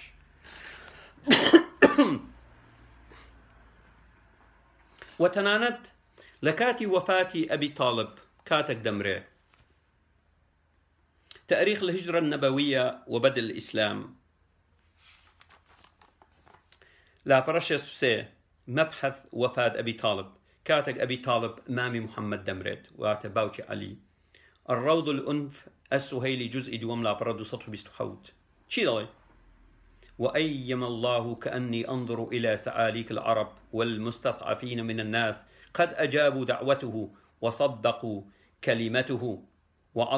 وعظموا أمره فخاض بهم غمرات الموت فصارت رؤساء القريش أذنابا ودورها خرابا وضعفاؤها أربابا مامي محمد أبي طالب چی دەڵێ چکە ئیمانی بە محەممەد نەهێنا دەڵێ کاتێک سیر دەکەم ئەی محەممەد وەک ئەو وایە ئەو پیاوانەی دەوروبەردت هەر هەمووی سەعالیک بن وأيم الله كأني أنظر إلى السعاليك أو مامي محمد بمحمد محمد چەند سەردێنم و دەبەم سیر دەکەم ئەو پیاوانەی دەوروبەرت سەعالیکن سەعالیکەکانی عەرەبن باشە وەگەوەی وایە وەڵامیان بە دەعوەتەکەی تۆ داوەتەوە و بڕوایان بە قسەکانت کردیە و تۆیان مەزن کردوتەوە و تۆ بەرەو مەرگ دەیان بەی و تۆ سەرۆکەکانی قوڕەیشت کردووە بە گونەحبار و ئەوانت کردووە لێمان بە ئەسیات پیاو چاک و پیاو ماقول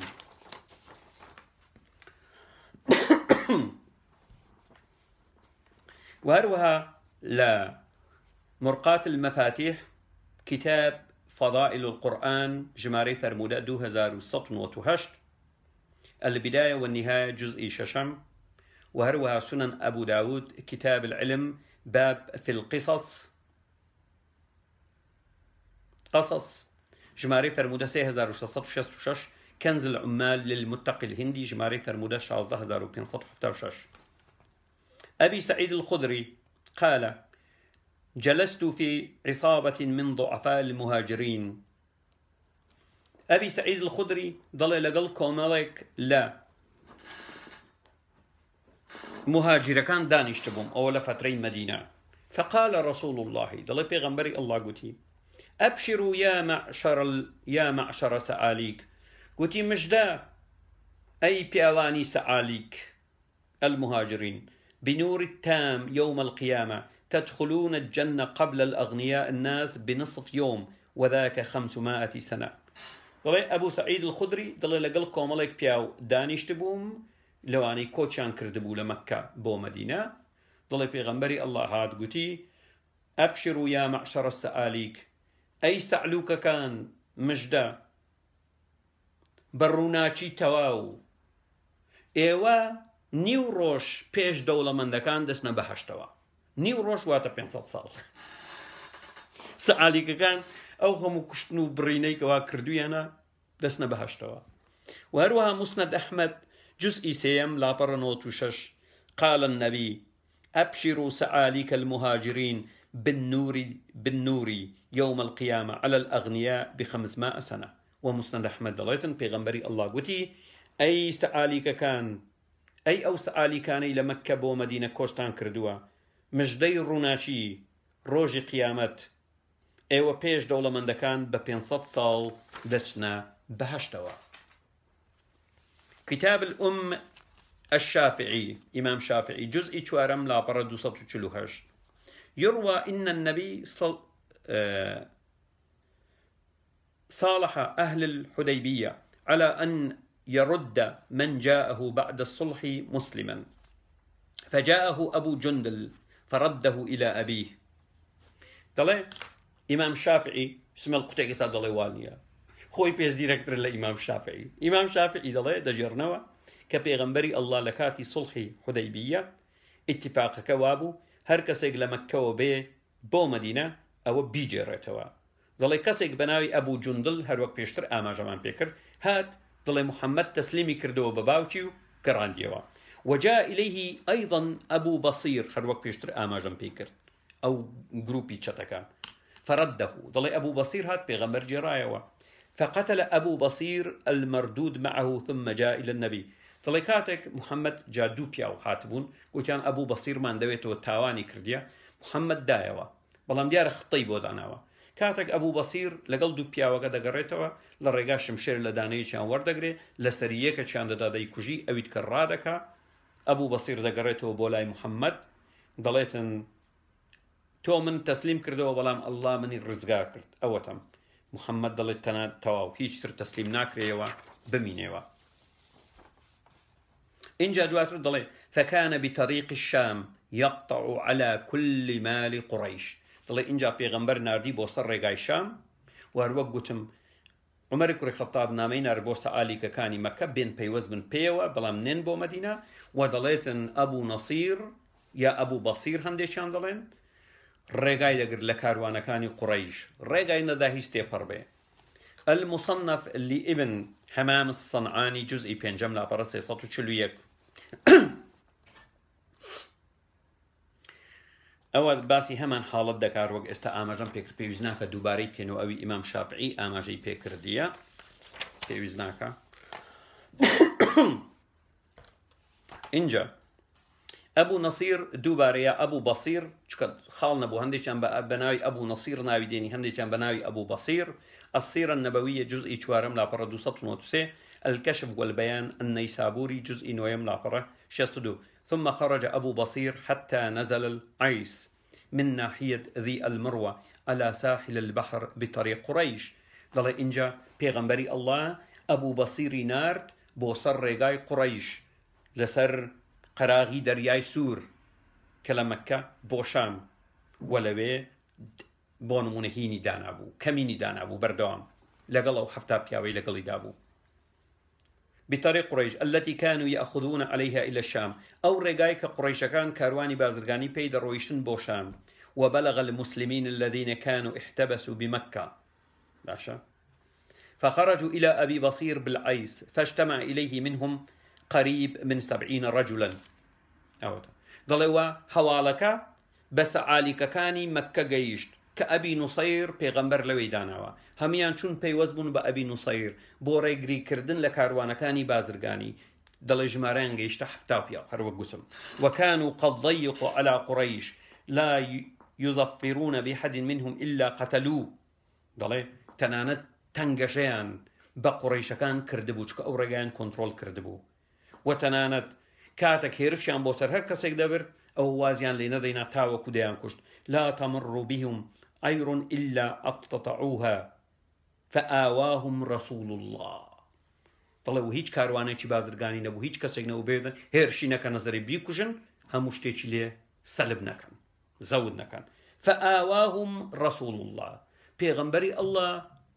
پەناگەی بۆیان کردبووە فآواهم رسول الله پێغەمبەری نازدار صلى الله عليه وسلم أشرف الخلق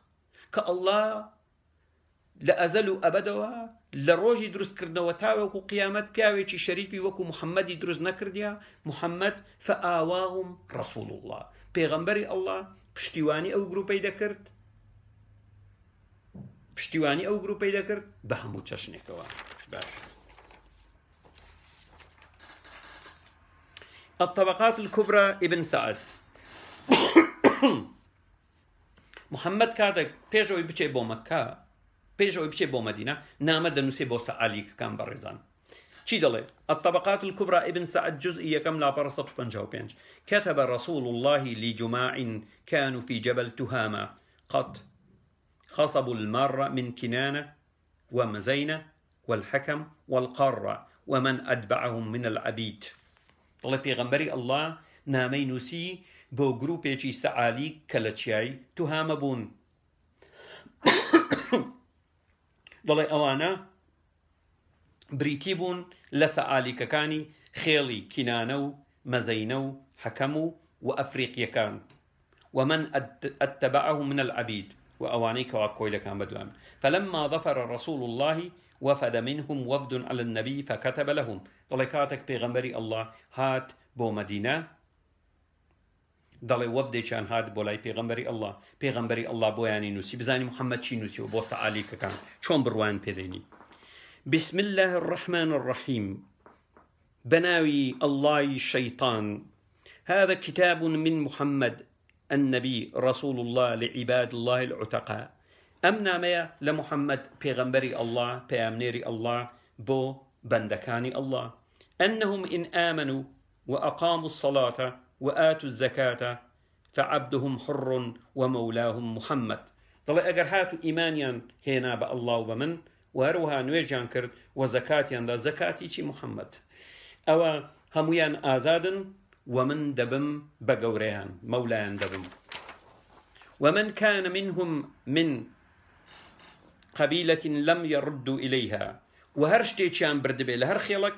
بانەیدنەوە طبيعية وهر شتێکیان زەوت کردبی بردبی فراندبي لهر خلق بانيدنوا وما كان فيهم من دم أصابوه أو مال أخذوه فهو لهم وأجر هاتو كسيشان كشتبه خوينشان رجان دبه سروت سامانشان بردبه أو حلال ينبه مشكلة نيا وما كان له من دين في الناس رد إليهم ولا ظلم عليهم ولا عدوان وإن لهم على ذلك ذمة الله وذمة محمد والسلام عليكم ورحمة الله وبركاته تمام چیتان کردیە و زۆر طبیعی و ئاساییە لەو لەحزە ئیمانتان هێنا تەواو طبیعیە ئەوەی دزیوتانە ئەوەی بردیتانە ئەوەی کوشتیتانە ئەوەی ئەوەتان کردیە زۆر طبیعی و ئاساییە کێشەیەک نییە أسد الغابة في معرفة الصحابة جزئية كم لا برصت خفتا وحوت ولا شويني تريش هاتية بلام بيوزناكا عندي سرچاوي فرمودكان يروى عن النبي أنه كان يستفتح بسعاليك المهاجرين طلع دجرنا وكبيغمبري الله للرقاي سعاليك كان فتحي دكرت بسردك ولا شركان سعاليك كاني بكار لينا سعاليك بيغمبري الله بيغمبري نازدار صلواتي چي بولي بدن بلي صلواتك لديداري محمد اللهم صل على محمد وآل محمد كما صليت على إبراهيم وآل إبراهيم اللهم بارك محمدا والسعاليك كما باركت إبراهيم. اللهم إنك الشيطان، شيطان المطرود واللعين. يروى عن النبي إنه كان يستفتح بسعاليك المهاجرين. بسعاليك كان سردك ولا شركاني فتح ذكر. وهروها كنز العمال جمارة 1683 تاريخ مدينة دمشق جزئي 35 لا برا 269 الجهاد لابن المبارك جزئي يكم لا برا 36 عن سعيد بن أبي هلال أنه بلغه أن عبد الرحمن بن عوف سيركا أمان جيبكرا ضلي كسيكو فرمودي جريتوا ضلي أنه بلغه أن عبد الرحمن بن عوف يشكل 10 مبشرة تصدق بصدقة عجب لها الناس. ضلي خيرجي كرت خيرجي برادي قورو عبد الرحمن بن عوف خيرجي قوري كرت كخلق بيسر سامبو حتى ذكرت عند النبي. ضلي تنانا لاي بيغمبر آماجي بيكرا وكان عبد الرحمن بن عوف خيرجي زور قوري كرت خلق دلي زور خوشة سرسامبو بي. فقال بيغمبر قتي أعجبتكم صدقة بن عوف سرسامن بخير صدقي عبد الرحمن بن عوف؟ قالوا قتيا نعم يا رسول الله. قتيا بلى خيرك زور قولك البيغمبر يلا. قال لروحة سعلوك من السعالك المهاجرين يجر صوته في سبيل الله أفضل من صدقة بن عوف. محمد قتي والله هيرشيجي سعلوك سعاليك ريقركان سعلوكك لسعلوك كان كوا قامجكي راد جيشي لبيناو الله زور باشتر لخيركي ابن عوف. محمد معجب وبسعلوك برزان محمد زور معجب وبسعلوك كان بلى سعاليك بلى يعني السعلوك وكو أو بياو وابونمونا أوي شقي لما مستعكد على شاري هولر أوي كيانا يقون كدمان شيء كي درينا على سري أو السعلوك بونمونا لمبني بيدالين بونمونا باشا. محمد زورك لدابو نريتي بونمونا سعلوك كان هول دقري بورن بابتكا توابو تقريبا توابو بورن برزان زور من ماوا دزان بابتكان دريج بيز آجا بلام شاريش منا شارع. الأغاني أبي فرج الأصبهاني جزئي هشتم لا برد 288 ضل كان الشنفري عندما يرمي رجلا يقطع رجله ويده ويرمي عينه. أولا شوينة خوينديت مالوا ضل يجيك لستعلوك كان بناوي شنفرية ضل كاتك هيرشي دكر دستر بياوك هردو دستي دبري هردو بي دبري هردو چاوكاني شكون دكرت. محمد ولا شو هناوا آياتي سيوسي سورة المائدة كاتك هشت بياوكي أهلي عقل هينات كاتك وشتروانا كيان كوشت هر هشتيان تيناوا هردو دستت بري هردو بيت بري مزمار تينا قرمت كرد چاويان تكون كرد فردانا منطقة حرة تاوكو مردن. ولا خالة شنفريد ورقلت يا محمد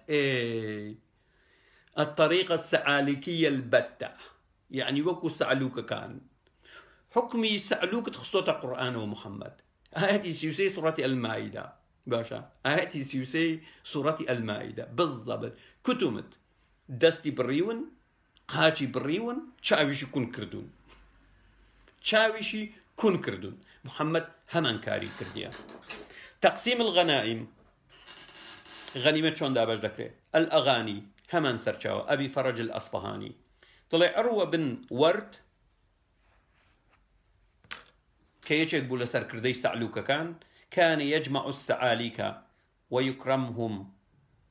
ويغير بهم ويجعل لأصحابه الباقين نصيبه من الغنيمة. ضلي عروة بن ورد كسروشي سعلوك كامبو هيرشي بكوماليك لسعاليك كاني دكرت بياوكاني وكاتك دسكوت يعني دكوت أو بشي بيددان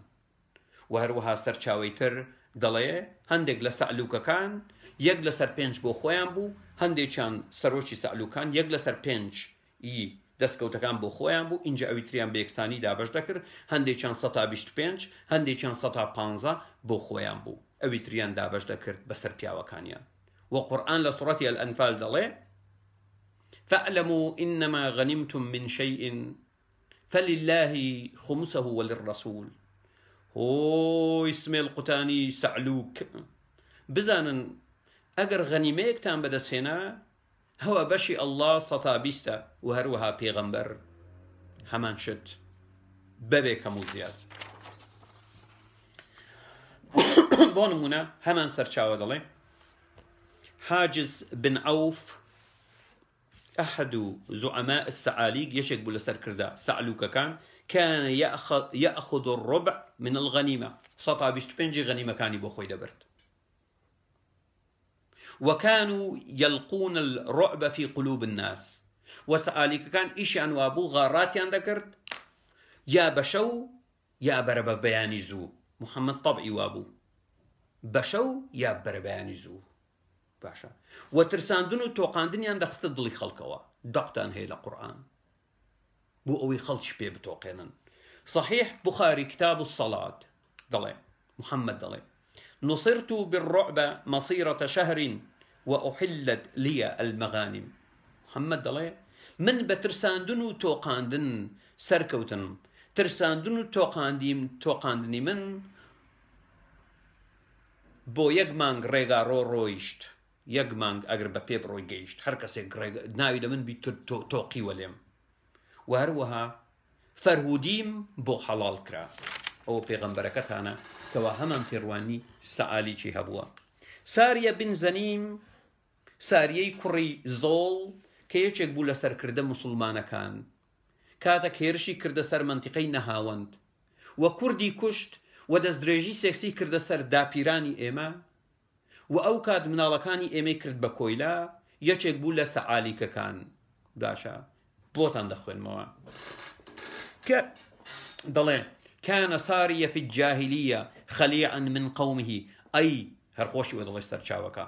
الإصابة في تمييز الصحابة، ابن حجر العسقلاني جزء سيم لا برا بينش سيد كان شدلي كان سارية في الجاهلية خليعا من قومه أي لصا كثير الغارة. ضل سارية بن زنيم لسردمي جاهلي بيجوي بيبا إسلام دامال دراوبو تروكرابو لقومكي خوي ودزيك بو كبر دوام هيرشي دكر دستر خلق بو دزي كردن دزيشي نقولا بو نقولا. وهروها وكان سارية أحد قادة المسلمين في فتوحات بلاد فارس سنة 645 زايني بيستوسي هجري. وسارية دواتر بوبيجك دستر كردي مسلمان كان لفتح كردني ولاتي فارس صالي 645 زايني بيستوسي كوشي. وبينما كان يقاتل المشركين على أبواب نهاون في بلاد فارس تكاثر عليه الأعداء من الفرس والأكراد. وضل كاتك سارية شو فتحي نهاون بك لروانجي أوانا وزردشت كان مشركا، ضل كاتك شو شريان بك لنهاونت فتحي نهاون بك. ضل هيرج بوسر سارية بن زنيم زوربو للآن كردكان وفارسكان من الفرس والأكراد. وفي نفس اليوم كان الخليفة عمر بن الخطاب يخطب يوم الجمعة على منبر رسول الله. ولهمان كاد الروجي هينيبو كاتك سارية أو هيرشيكر وعمر لمدينة بو لمزقوت خطبي دلا روجي جمعة بو إلهامي بوديت عمر وحي بوديت. فإذا بعمر ينادي بأعلى صوته أثناء خطبته إن جاء عمر لكتبرك دكات خطبك دلا ببردنجي هوارك لخطبك يا سارية الجبل الجبل يا سارية الجبل. هوي سارية سارية سارية روبكا تشياكا تشياكا سارية روبكا تشياكا تشياكا. كاتك هيرشي فارس و كردگان بوسر سارية زور بو خريق بو كشتو كشتاري زور بدا عمر كوري خطاب لمدينة هاواري دكر بو نهاون هوي سارية روبكا تشياكا تشياكا تشياكا تشياكا. لئيمة تنكردو بقى الصحابي الجليل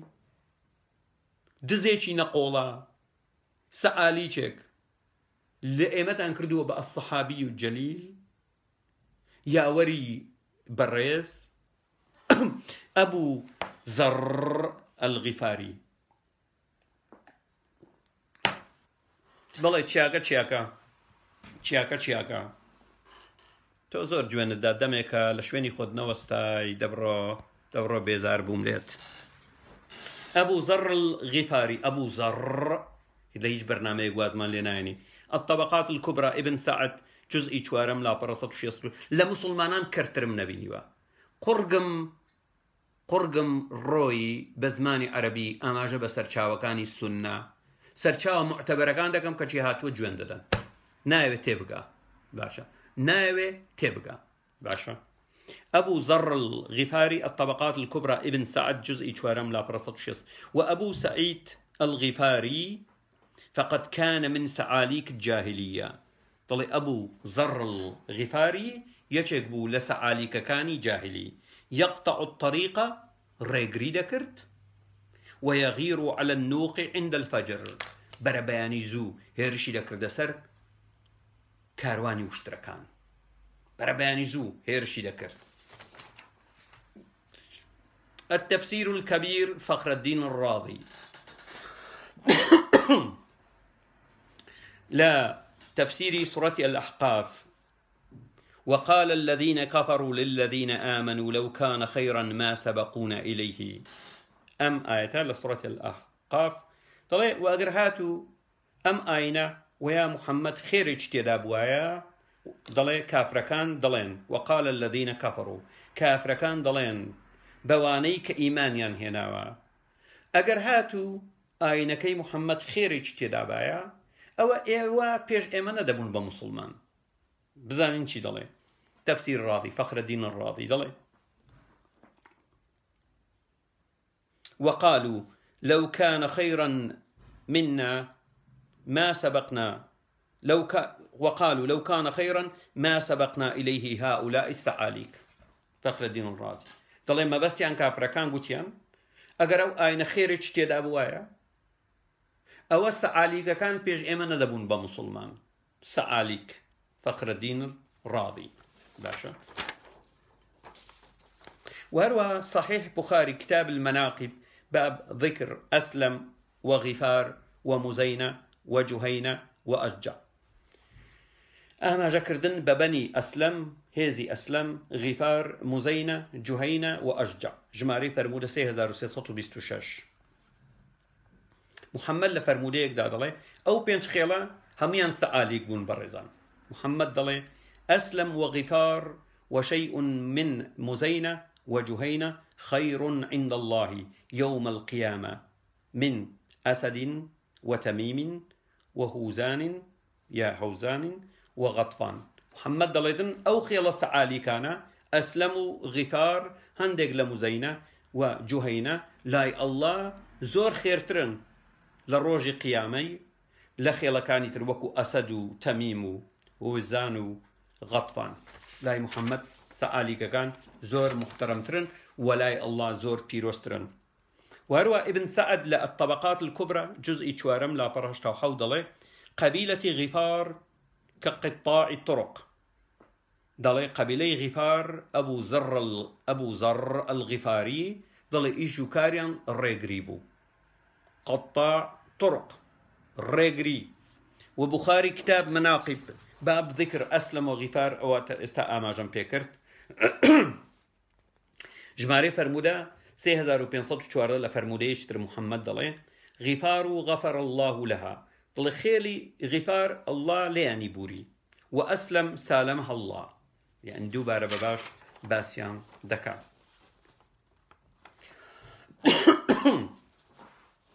وهروها بخاري جمارة فرمودة 3516 قال النبي أرأيتم إن كان جهينة ومزينة وأسلم وغفار خيرا من بني تميم وبني أسد ومن بني عبد الله بن غطفان ومن بني عامر بن صعصعة والذي نفسي بيده إنهم لخير منهم. محمد دلي دزانن كجهينة مزينة أسلم غفار أو چوار خيلة كسعاليك بون إيشو كاريان ريغريبو دلي زور خيرترن لبني تميم بني أسد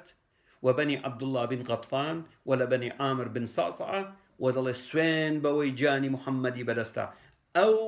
چوار خێڵە جوهەینە و موزەینە و ئەسلەم و غیفار زۆر خێرترن لای ئەڵڵا لەوانی تر وهروها لجماري فرمودة 3325 بخاري إن الأقرع بن حابس قال للنبي إنما بايعك سراق الحجيج من أسلم وغفار ومزينة وجهينة ضلي أقرع بن حابس بمحمد يقول ببيغمبر يقول قلت أي محمد تنها أواني راوروت دكان بوسر حاجة كان كاتك لورزي حج دين بو حج تەنها ئەوانە مبایعەی تۆیان کردووە لە ئەسلەم و لە غیفار و لە موزەینە و لە جوهەینە ئەو چوار خێڵە لە کاتی مەوسمی حەجیش چکە خەڵک دەهات بۆ مەکە لە شوێنی جیاوە گروپ لەسەر ڕێگاکان دادەنیشتن کەمینیان دادناوە هێرشیان دەکردە سەر حاجیەکان ئەقرع بن حابس دەڵێ ئەی محەممەد ئینەما بایعەکە سڕاق الحەجیج ئەی محەممەد ئەوانەی مبایعەی تۆیان کردووە ئیمانیان بە تۆ هێناوە ئەوانن کە ڕاوڕووتی حاجەکان دەکەن لەچێ لە ئەسلەم و غیفار و موزەینە و جوهەینە و تەنانەت سێ چوار لاپەڕەمایە ببورن سێ چوار لاپەڕەمایە تاوا دەبیت والمعجم الكبير الطبراني 1617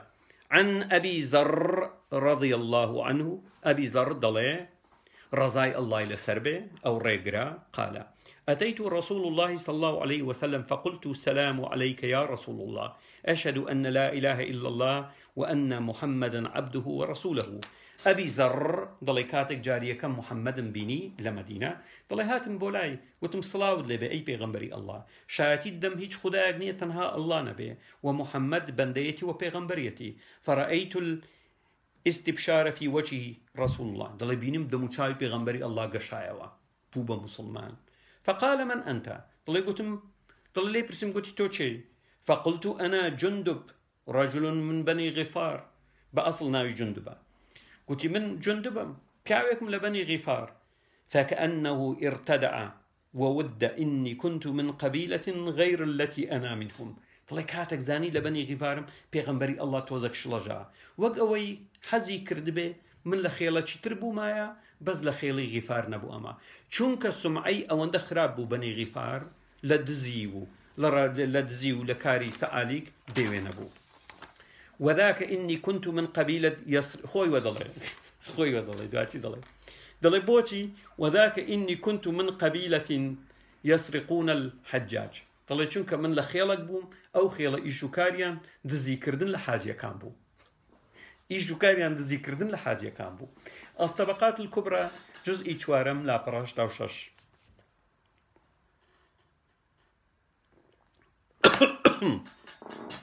دلي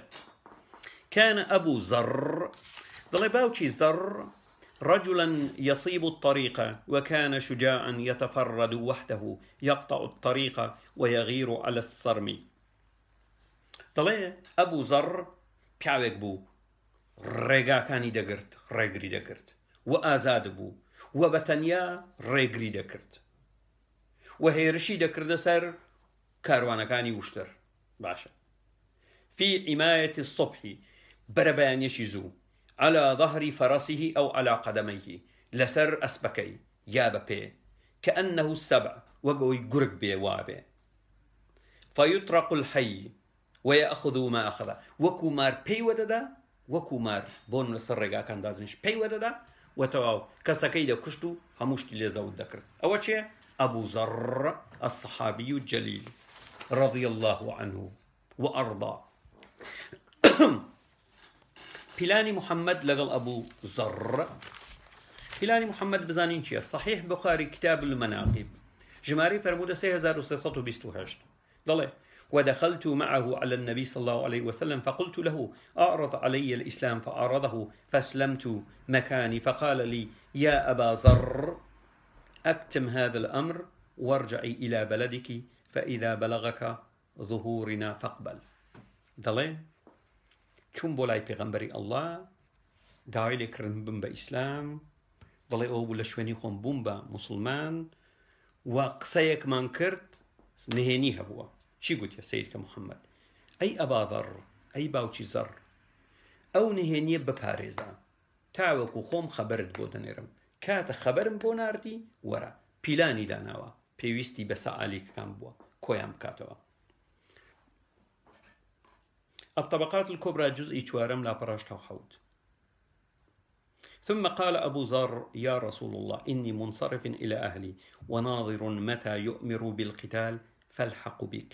طلع أبو ذر قلتي بيغمبري الله من دقرم ولا يكسو تكلنا ومدينة ندرجها خير يقول لدروي مدينة. قلتي أي بيغمبري الله من دقرم ولا يكسو كاري خم شاوري تودكم كاتك فرمانت كرد بكشتنو برين بشر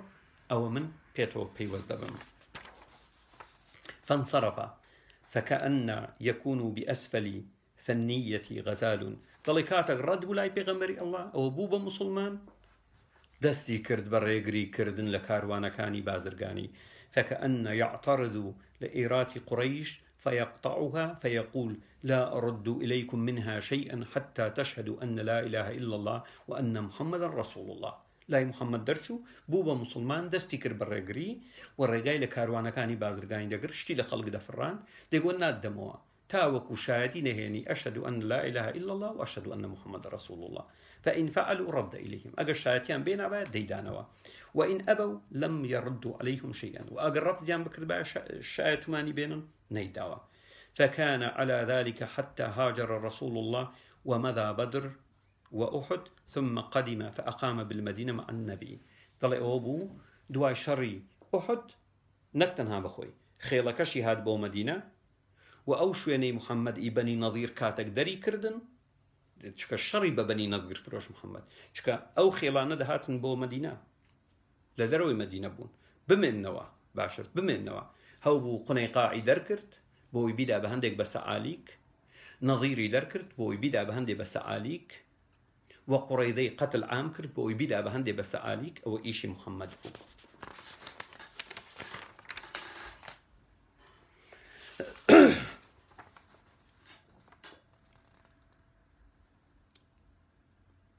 المستدرك على الصحيحين جمارة 5458 عن جبير بن نفير قال: كان أبو ذر يقول: لقد رأيتني ربع الإسلام لم يسلم قبل إلا النبي صلى الله عليه وسلم وأبو بكر وبلال. طلع أبو ذر ديقود من شارجي إسلامم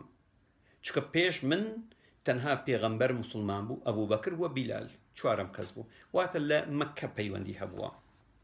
و قەبیلەی مزەینە کە محەممەد دەڵێتن لای الله زۆر خێرن. بزانين مروج الذهب المسعودي جزء دوم لا برسيونوتشي دالي كان العرب يصفون مزينة أنهم بلادين وذلك بسبب حياة القرصنة. أي محمد بيان دالي زور خيرترن لا الله خوشويستن. مروج الذهب المسعودي دالي أو خيلة مزينة يا مزينة دالي بشرمو بحيابون بو دالي ژیانی چەتەگەرایی بەهۆی ژیانی چەتەگەرایی ڕزقیان لەسەر ژیانی چەتەگەرایی بوو کولی خێلەکە کە بوون بە مسلمان. والأغاني للأصفهاني جزء 6 لا برشيستوهش مزين كانوا يغيرون حتى على الأفراد بقصد أسرهم من أجل أن ينالوا بدل فدائهم. ضليت أنا خيلي مزينة أجر بياوي كان بيني بابتنيا ديان قرت ديان فرانت داوایان لە خزم و کەس و کاری دەکرد پارە بدە بۆی بەرەیە ئەگەر نادەی کوژین. هەر بەو شێوەیەش سەلمانی فارسیان کاتی خۆی کرد بە کۆیلا. جوهینە بزانیت چی ماڵێک بووە. تاريخ ابن خلدون مجلد 5 لاپەڕە 487 انتشرت أحياء العرب من جهينة في بلادهم واستوطنوها وملأوها عيثا وفسادا. خێڵی جوهینە ابن خلدون دەڵێ کاتێک بە هەر شوێنێک بڵاو دەبوونەوە پڕیان دەکرد لە فەسادی و لە بێ ئەخلاقی. جوهینە ئەوی محەممەد دەڵێتن پێش هەموو کەسێک دەچن بۆ بەهەشت و لای الله زۆر خێرن. الواقدي لجزء يكم لا برا نوظم دڵێ قبيلة جهينة كان يساعد المسلمين في التجسس على قوافل قريش ويخفيهم. واقدي دڵێ خێڵی جوهینە یارمەتی مسلمانانیان دەدا لەسەر ڕێگای کاروانی بازرگانی خەبەریان دەهێنا بۆ محەممەد کە کامە کاروانی بازرگانی وا خەریکە بگە. هەروەک بۆ نمونە شەڕی بەدر ئەوە یەکێک بوو لە هۆکارەکان خەریکی جاسووسی. محەممەد لەبەرەوە لە قورئانەکەیدا لە کۆتاییدا من ئاماژە بەوە دەکەم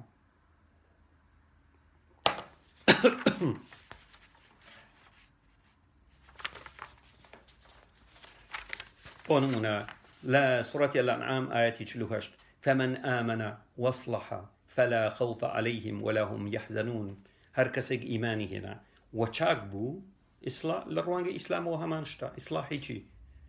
تۆ دەتوانی بکوژی لە ژێرناوی جیهاد دەست درێژی بکەی لە ژێرناوی ملک اليمین ئیتر بدزی لە ژێرناوی مەغانیم فمن آمنە محەممەد دەڵێ ئەوەی ئیمانی هێنا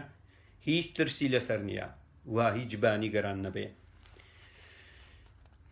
وهروها آياتي 54 سورة الأنعام آيات زورة بلام دو آيات دينما وإذا جاءك الذين يؤمنون بآياتنا فقل سلام عليكم كتب ربكم على نفسه الرحمة إنه من عمل منكم سوءا بجهالة ثم تاب من بعده واصلح فإنه غفور رحيم. أي محمد أجر كسانك هاتن إيمانيا هنا بآياتكاني إيما بيان بلي سلام عليكم الله لسر خوي رحمتي نسيوا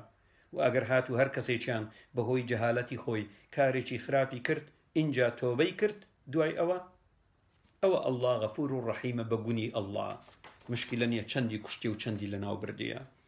وهروها محمد تناند بونمونا يبدو فرمودي تردخوين مون إنجا كوتاي بدينم. صحيح مسلم كتاب الجهاد والصير باب استحقاق القاتل سلب القتيل برتوشي جهاد صير بشي برتوكا ما في بكجا كجراوكا فرهود بكا سيري أو بابي برزا باب استحقاق القاتل سلب القتيل ما في بكجا كجراوكا بروتينتوا كجراوكا بروتينتوا سيريكا جماري فرمودة 1750 قال رسول الله پیغمبري الله قتي من قتل قتيلا له عليه بينة فله سلبه پیغمبري الله قتي هر كسي چي كشت اگر هاتو بلغا نشان بدا او جلو برقو هموشتي دبي بملچ خوي يعني بوتيا روتي كيتو جلكاني وهموشتي بخود ببي بالي جماري فرمودة 1753 قتل رجل من حمير رجلا من العدو وهو كم النسيان فأراد سلبه فمنعه خالد بن وليد وكان واليا عليهم فأتى رسول الله صلى الله عليه وسلم فقال لخالد ما منعك أن تعطيه سلبه قال استكثرته يا رسول الله قال ادفعوه إليه. كاوك لا حمير كاوك دكوجي لدجمن يعني مسلمانك كافرك دكوجي أو مسلمانك دي روتينتو جلي لبردقاتو هموش دي بخوي با خالد كري وليد لي وردقرتوا باشا ضلبينا بوتونيا هوا لك دقات محمد دسنا لاي محمد بخالد كري وليد دلي شك أو كان ستر لشكري دبيل فقال لخالد ما منعك أن تعطيه سلبه قلت خالد بوشي رجال لي قرت كاتك كشتي كاتك روتي كردو همشتكاني بربو خوي بي خالد قلت زوري بردوا يعني زور بياوي كشت وسيركا استكثرته يا رسول الله قلت زوري دسكوتي زوري كشتي زوري بردوا قال ادفعه إليه پیغمبر قلت أنا بيدي تواوي يعني وقانونا بياوي كت كشت بوتي روتي كيتوا جلو همشتكاني بو خود بي باشا. وهروها فرموديش ترهمان شدلي مجال مني راستكي آماجة بيكم فرمودي وازورة كوالا شري هوزان پیاوێکی نامسلمان و شتێکی سووری پێدەبێ کەسێک دەڵێ مسلمانە بەناوی سەلەمە بن ئەکوع دڵێ هێرشم بۆی کرد گەیشتمێ و پێشی وشترەکەم گرت و وشترەکە چۆچی دایەوە و بەشم شێر لەسەری پیاوەکەمدا و وشترەکەم هێنایەوە لەگەڵ جلەکانی پێغەمبەری ئەڵڵا گوتی تۆ کوشتت گوتم بەڵێ گوتی قال له سلبه ئەجمع گوتی هەمووی بۆ خۆتە هەرچی كافرك بكوجي جلو برغو هموشتي بوخو بو مسلمانك يا جماري فرموده 1754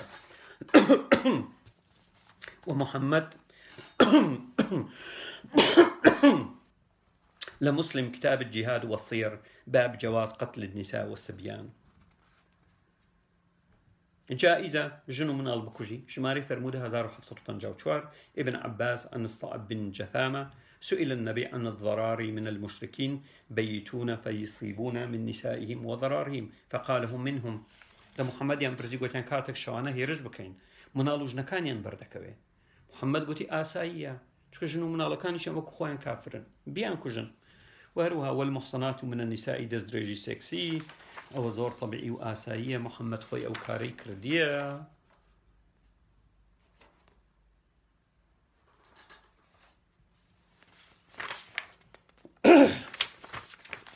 لێرە دا من کۆتایی پێدەینم باسیەتی ئابزانم هەدەفی خۆمان پێکا لێرەدا هیوادارم زۆرترین بەڕێزان ئەو بابەتە شێر بکەن ئەوە هۆکاری سەرکەوتنی محەممەد خۆی سەعلوب بووە سەعالیک بووە سەعالیک واتە چەتە و ڕێگر و پیاوکوش بۆ تەنانەت ئەو کارانەی سەعالیکەکان کردوویەتی سەبارەت بە سەڵبکردن لە خازدان دەستدرێژی سەکسی ڕاوڕوت دزی کوشتن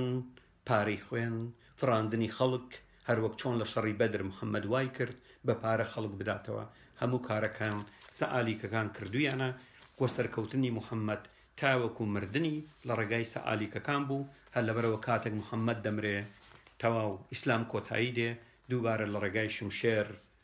بۆ نمونە ئیسلام سەر دەکەوێتەوە و تەنها خەریکی دەستدرێژی و دەبڕۆ لێڵەدەی ئەوانە خۆ جوێن دەدەن ینی بەڵگەی خۆشیان بۆ دەینی هەر جوێن دەدەن ئەو هەموو بەڵگەی ئاماژەم پێگر هەر جوێن دەدەن تەنها خەریکی جوێنن مرۆڤی دەبەنگم نەبینیوە وەکو ملەتی کورد دەستان خۆش بی بۆ ئەوی بابەتەکە تێک نەچێەوە بڕواژ ناکەم هیچ بەڕێزە قسەی هەبی سەبارەت بەمە ئەگەر هاتوو یەک دوو هاوڕێیانی خۆمان دەیانوێت قسە بکەم زۆر تەبیعی و ئاساییە وەریان دەگرم ئەگەر هاتوو شتێکم لەبیر کردبێ بیانەوەی ئاماژەی پێ بکەن بەڵێ ئیسلام ئەوە هاتووە ئەگەر هاتوو هاوڕێیانی خۆمان تەنها دوو کەس بیانەوەی قسە بکەن وەریان دەگرم باشە سەرچاو من زۆر هیلاگم بۆ بابەتە هیوادارم کاک هێمن قارەمان باوەڕ بگرین لەسەر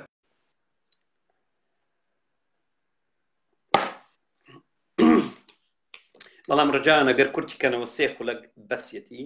سێ خولەک چکە نامێ زۆر بمێنەوە هیلاک بووم هەرۆک دەبین دەنگم تێک چووە لەسەر تەنیشدانە کاکی من قارەمان ئاوە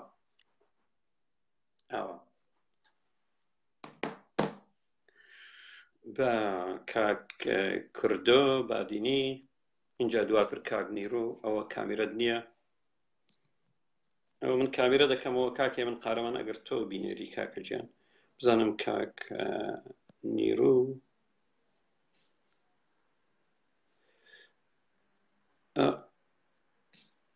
فەرموو کاک نیرۆ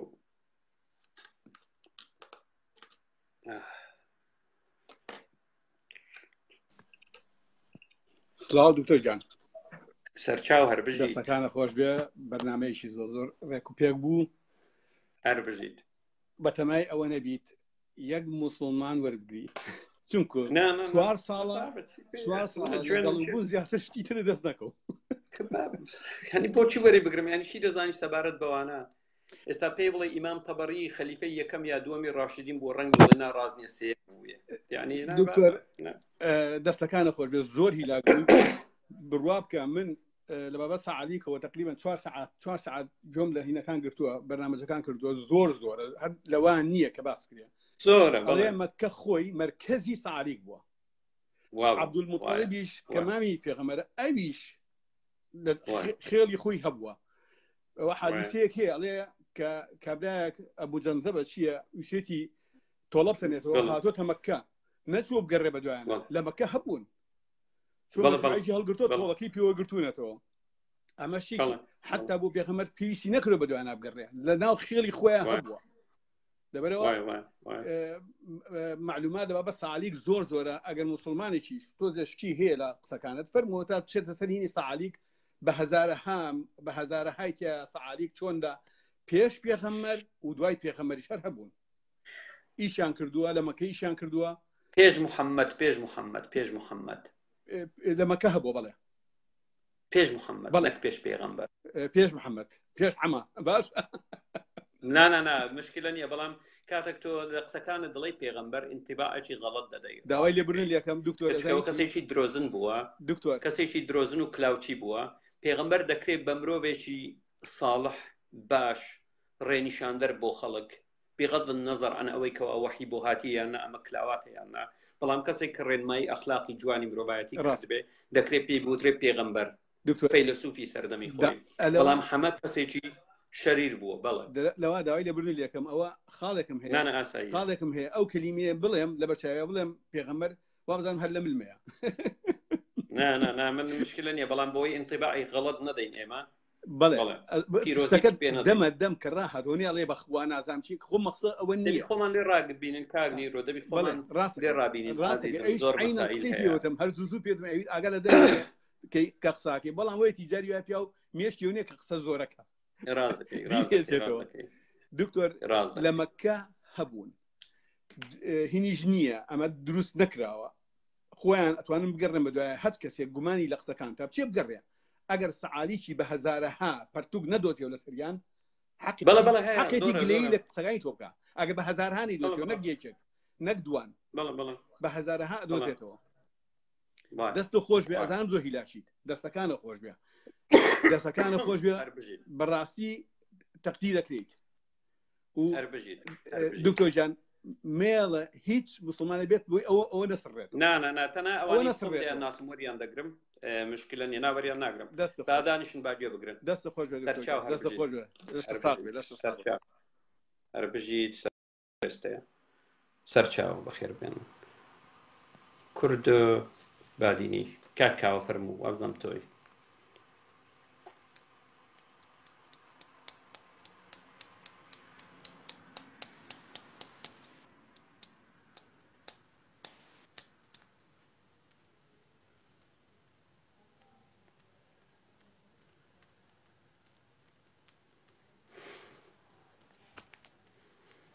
بە کوردەکە ئەنی چەتە و ڕێگرتەوە پیا و کوش سڵاو دکتۆر جان سەرچاو کاکاوە فەرموو سێ دەقەش بۆ تۆ بە قوربان دکتۆر جان زۆر سوپاس دکتۆر جان دەستخۆش زۆر گەرمم لێ دەکەم بەڕاستی ئەو حەڵقەیە ئەو لایفە دەبێت بکرێ بە هین دیکۆمنتێکی زۆر بەسوود یعنی ئەو سەرچاوانەی کە ئاماژەت پێ کرد بەڕاستی ینی ئەوە کارێکی زۆری دەوێت ئەو هەموو سەرچاوە هەموو کتێبە و هەموو ئینە بڕوا بکە سیرکە کاتی خۆشی پێشکەشم کردبوو بەڵام ئەو جارە بۆ دەوڵەمەندکردنی بابەتەکە بۆ نمونە من بڕیار و ئابوو گوتم ڕۆژی هەینی ڕابردوو پێشکەشی دەکەم بۆم نەکرا گەڕام زیاتر شەممە یەکشەم دووشەم سێشەم چوارشەم ئەوە بوو بە چوارشەم زۆر پێوێ هیلاک بووم زۆر بەڕاستی ئەو کارێکە کردت کارێکی زۆر نایە ئەو لایفی ئەو ڕۆ ینی زۆر ینی من لایفەکانی تۆ بەدەگمانەکە لەدەستم چوو ئەگەر هەموم سەی کردو ئەگە بڕی کۆن بەڵام ئەو ڕۆ ینی ئیسلامکە ئەوە باسی دروستبوونی ئیسلام دەکات کە چۆن حاشا حازری کە دەڵێن کوردواری خۆمان بە دزی و حیزی پەیدا بووە بە دزی و ڕێگری و زەربەی ئیتر بۆیە زۆر ئاساییە کە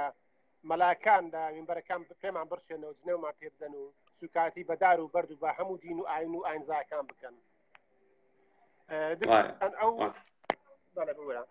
ئەو هینە باسی هەندێک قەبیلەت کرد وەکو قەبیلەی ئەبوزەر ئەبوزەری غەفاری پێدەڕن بەناوی کرا لە قەبی ئەبوزەرە ئەوانە بەعێل و عەشیرەتەوە هەمویان ڕێگر بوون خۆشی وە دەڵێ کاوە خۆشی دەڵێ ئێمە لە مەوسمی حەج هێرشمان دەکردە سەر حاجیەکان مەوسمی حەج حرام بوو لە دورگەی عەرەبی 4 مانجی حرام هەیە نابی بە هیچ جۆرێک کەچی دەڵێ ئێمە هێرشمان دەکرد ئیشوکاری خێڵەکەم وا بوو باشە ئیشوکاری خێڵەکەم وا بوو خۆی وە دەڵێ ئەو خێڵە ینی بەناوبانگ بوون هەرکە کۆچیان کرد بە هەمویان بەژن و منداڵەوە کۆچیان کرد چونکە هەمووی وە کوردواری خۆمان دەڵێ منزل دەگەڕە قەپای خۆی دەدۆزێتەوە ئیتر باش محەممەد باشترین هین بووان ڕێگریەکەیان قانونی ئیسلامی بە غەنیمە یعنی هیچ بۆ خێر و حەسەناتیان بۆ دەنووسێت لەسەر دزیکردنەکەیان پێشتر کە بس عندك برادر تازور زعما داخل بون قلت يا السعاليك شنو السعاليك رجل كان بونو او انا بون كتاواني عندك كل شار بدر دكران زانا سزنو جتوان نبو شار بدر دكران رواني شاخ كان دكران زور انا شاخ كان دج واي تسور رجليات اوی حاشای لێ دەکەی بۆ من کەسێک حاشا لە کەسێک دەکا لە خێڵەکەی ترۆی دەکا و ئاوارە و دەربەدەری دەکا بەڵێ دكتور جان بقرباني او تصاوت بهم خلق ورمقرة استثمار ورمقرة با او هنا بني نا بابتك تيك دشي من طاقة من راسك بله او حلقية براسي زوز حلقية نايب ودستكانت خوش دكتور جان هربجي تقاي تقدير او كاري كده كيدس خوشي اللي ذكر دوباره تصاوت مازدك هربجي سرشاو هربجي زور سباس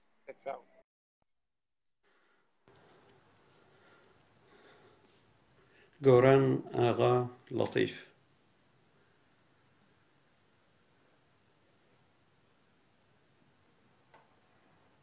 سەرچاو بەڕێزان ڕێستان هەیە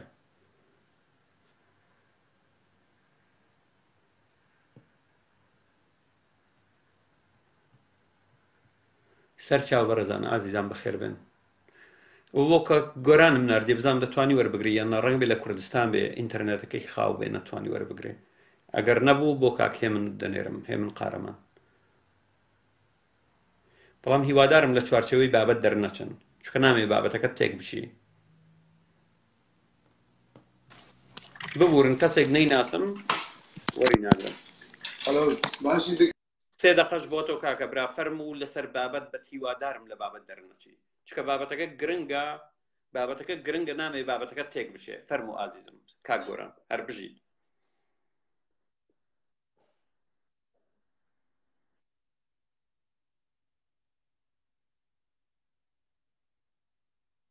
ئەلو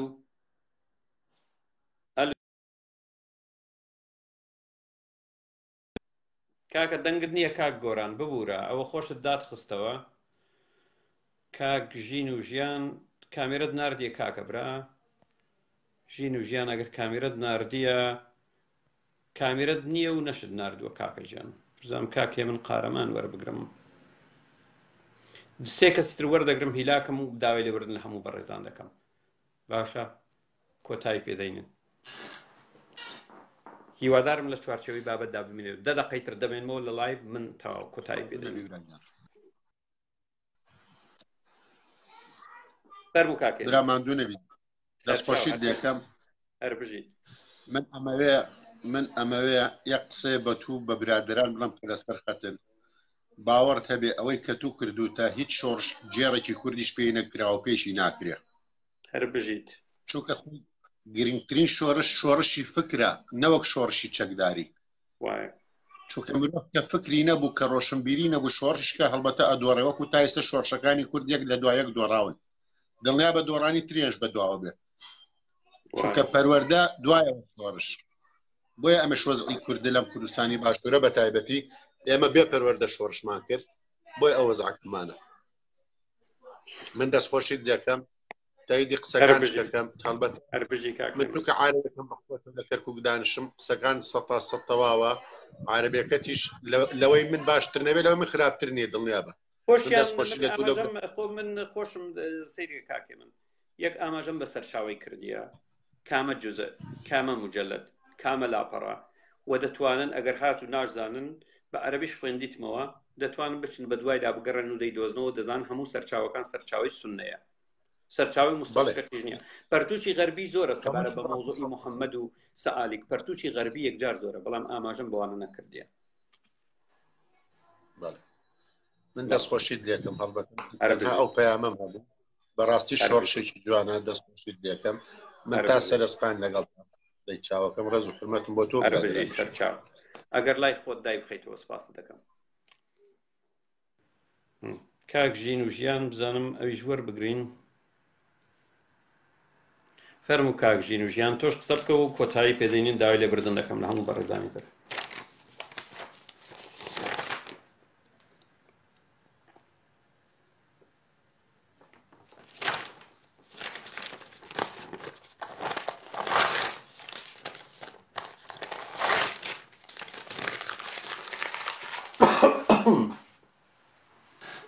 ئەوها بە لەسەر تەنیشدانێ کاکە برا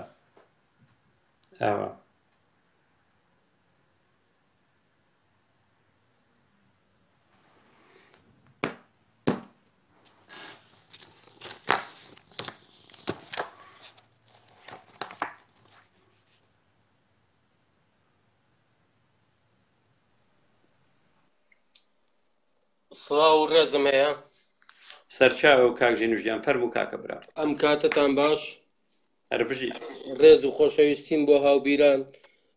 ڕێز و خۆشەویستیم ئەو پەڕی ڕێز و ئەدەبم بۆ خوشک و دایکی مسلمانەکانی کە گوێیان گرتبوو یەک تکایان لێ ئەەکەم ئەگەر دکتۆر قسەکان لە گیرفانی خۆی دەرئەکات ئێبا بە بڕۆن بە دوایە بچن دوواداداچنی بۆ بکەن بە درۆی خەنەوە ئێستا من نە مسلمانم نە ئاتایستم لەم بینیان قەناعەتم پێ بکەن کاکە ئەو قسە ئەکات گوێی لێگرم تۆش بێنە بە دەلیل ئیسپاتی کە کەوا دکتۆر درۆکات با بە ئێمە هەمومان بڵێن دکتۆر درۆکات قەناعەتم پێ بکە جنێوان ئەمە کللتورێکی ناشرینە باوکی من فێر بن گوێ بگرن بە دوواداچوون بۆ بکەن قەناعەت بە خەڵک بکەن ئەگەر ئێوە بەڕاستی دینەکەتان ڕاستە لە دینەکەتان ناجنێو هاتووە یان کللتورەکەتان فێری جنێوی کردوون باوکی من فێری ئەدەبی ئەوە بن کە بتوانن مناقەشە بکەن بەرامبەرەکەتان قەناعەت پێ بکەن کە تۆ ڕاستیت من هیچ داوایەکەم نییە تەنیا وەرە من لەم بینەیە قەناعەت پێ بکەن خەڵکانی تر دوانەیە هەزارەهای کەس هەبێت لەو بینەیە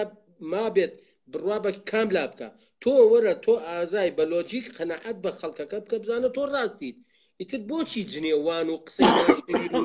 ئەزانی چەند ناشرینە تۆ کەبان دەکرێت بلۆگەکرێت یعنی بە خۆ تا بچۆرەوە ئێمە هەمومان لە تۆ پاڕاینەوە نازانم زۆرن جنێوەرەکان نازانم حەمە ئەربیلی بڵێم وازیان لێبینە کاک ژێنوژیان مەوزوعی جوێندان ئەوە مەوزوعێکی مزمنە نە بە من چا دەبێ نە بە تۆ و محەممەد فەرموودەکان سیر کە ئەگەر ڕێگام پێ بدەیت ئەڵڵا لە قورئاندا جوێنی داوە محەممەد پیسترین جوێنی داوە ئەبوو بەکر جوێنی داوە عومەر جوێنی داوە عەلی جوێنی داوە خەلیفەکان یەک لە دوای یەک هاتوون جوێنیان داوە و تەنانەت محەممەد فەرموودەی هەیە دەڵێ جیهاد بکەن بە زمانتان بە گیانتان بە سامانتان جیهادی زمان بریتە لە جوێندان بە نێوگەڵی دایکانمان زۆر تەبیعی و ئاساییە نە بە تۆ چاک دەبی نە بە من چکە مسلمان کاتێک جوێن دەدا بە پشتیوان عەبدوڵڵا حەسەناتی بۆ دەنووسرێ با حەسەنات کۆ بکەنەوە زۆر تەبیعی و ئاسایی واز لەو بابەتە بێنە کاکە گیان نە بە من چاک دەبێ نە بە تۆ وە گوێژ ناگرن دکتۆر گیان مناڵ و تاڵێکن چۆن محەممەد کەسێکی سەعالیک بووە و سەعالیک پەیامەکەیان بە سەرکەوتن گاندیە دەکەواتە ڕێنمایەکانی محەممەدیش ڕێنمایی سەعالیک بریتە لە چەتەگری ڕێگری خوێڕیاتی سەرسەریاتی بێ ئەخلاقی و ئەو پەیامی بۆ کۆمەلگای مرۆڤایەتی هیناوە و یەکێک لە بنەماکانی بێ ئەخلاقی مرۆڤ بریتە لە جوێندان بە ژنێکی بەری کە ئاگای لە هیچ نییە بریتە لە دایکمان لە کچمان لە ژنمان لە خوشکمان هەتاوەکو دوایی هەر جوێندان خۆی بێ ئەخلاقیە بەڵام بێ ئەخلاقیوانە گەیشتۆتە ئاستێک هاتوون جوێن بە ژنێک دەدەن کە دایکمە حەجی کردی و عومرەشی کردووە ڕۆژانە لایەنی کەم 40-50 نوێژ دەکاتن ساڵان لایەنی کەم شەشەران و ئەوانەش بە ڕۆژی دەبێ ژنێکی میهرەبان و بەخشندا با جوێن بدەن خۆ من چی بکەم لە کۆتاییدا جوێن بە ژنێکی موسڵمان دەدەن ئازیزم جوێن بە ژنێکی موسڵمان دەن و با جوێنی با پێ بدەن تەبیعیە چی دەکەیت من باگم پێی نییە زۆر دکتۆر جان من لێرەوە ئەمەوێت تۆ زۆر ڕاستە فەرموویت ئەمەوێ ئەوەیان پێ بڵم کە فێری لۆجیکی جۆگرتن بن فێری یعنی عەقلان بەکاربێنن نەک ئەوەی کەوا لە باو باپیرەوە بەمان ماوەتەوە ئێمە نووسراوە بە سەرمانەکەم خۆمان بەکاربێنین بەڵێ یەک دەقە ها ڕەنجی ئەکرەم وێنەیەکی داناوە لە خوارەوە نووسیوێتی بە نەحلەت بن جارێ یەک بە نەحلەت نییە ئەگەر بتەوێ بە لەعنەتە لەعنە باشە دواتر بە عەینە و بە حا نییە باشە کوڕم جارێ تۆ بڕۆ فێر بە خوداکەت دێها جار لە قورئانەکەی لەعنە الله لەعنەتی کرد تۆ جارێ فێر نەبووی لەعنەت چییە و ئەوەشت کردوتەوە و ئاینەکەشت کردووە بەحا جیاوازان وێنە یەکێتی نیشتیمانیشت داناوە سۆشیال دیموکرات هەر بژی سۆشیال دیموکرات هەر بژی سۆشیال دیموکرات سۆشیال دیموکرات بە تۆ سەردەکەوێ کوڕم دەی فەرمو ئازم ببوورە قوربانی تۆ من بوراویت دکتۆر گیان دەستەکانت خۆشوێ بەڕاستی ئەگەر بەڕاستی بیانەوێ خۆیان بە مرۆڤ بزانن هەچ کەس هەچ مرۆڤێ هەچ دینێت ئەبێ گوێ بگرێت ئەبێ واقعەکە تێبگات نەک لە مەلایەک کە عەرەبی نازانێت مەلایەک عەرەبی نازانێت هاتۆ 4 کەلیمە قسەی بۆ کردووە من و تۆ بە ناژرە دەدی و تۆڵی ناڵێن لەعنە ئەڵێ نەحلەت بەڵێ بەڵێ لە بینی نەحلەکە و نەفرەت هەر بڵێ نەفرەت دەستی تۆ خۆش بێت هیوادارم هاوڕێیان شێری بکەن خەڵکانێکی زۆر بەڕاستیە بێ ئیسفادەی لێ بکەن ئەگەر ئەوانەی کە بیانەوێ گوێ بگرن ئەوانەیە بیانەوێت لە ژیان تێ بگەن ئەوانەی بیانەوێت ڕاستیەکان بزانن ئەبێ گوێ بگرن ئەگەر خۆشیان تااقەتی خوێندنەوەیان نییە گوێ بگرن شت تێ بگەن ئەگەر ئەشێوێ سوور لی تێبگات بچێ بخوێنێتەوە بۆ جارێکی ترکە ئەگەر وانە بوو بەرامبەرێ بگرێ بڵێ کاکە تۆ لە فلانە شوێنەوە وت ئەمە تۆ ڕاستە نەکرد تۆ چاواشەکاری بەڵام نەک بێت بە قسەین و بە هەر حاڵ من دەستخۆشی لێکم نمونە زۆر بێت هیوادارم شۆڕشەکەمان بەردەوام بێت بەڕاستی هەستەکەم بە هەمیشی هەیە خەڵکانێکی زۆر ئەمڕۆ جنێواسبینێ گوێگرێت هیوادارم فێر بن ئەو کللتوری جنێوانە تەرک بن بە دوای ڕاستیەکان بگەڕێن مرۆڤ کاتێک دەتوانێت سەنگی خۆی بدۆزێت کە خۆی بزانێ خۆی چی ئەوێت کە تۆ نەزانی چی دەوێت جنێوان و خەم قسانە و هەر حاڵ دەردی تۆوت مناڵ و تەواڵن هەرچێگەڵێن با بڵێن بەڵام حەز ئەەکەم گرن حەز ئەەکەم جوە بگرن شت بخوێنەوە بتوانن کاکە لەوانێ من و تۆ هیچ نەزانین تێمان گەێنن دەستیان خۆش بێ مەمنونیانە بین دەستەکانی خۆش بێت سەرکەوتوو بی دکتۆر گیان گەورەی وەڕێزی چاوی ئێمەیت خۆشەویستی ئەزیزیت سەرچاو هەر بژیت کاتی شات بزانم کاکە شاخەوان وەربگرین با دوا کەس بێ کاک شاخەوان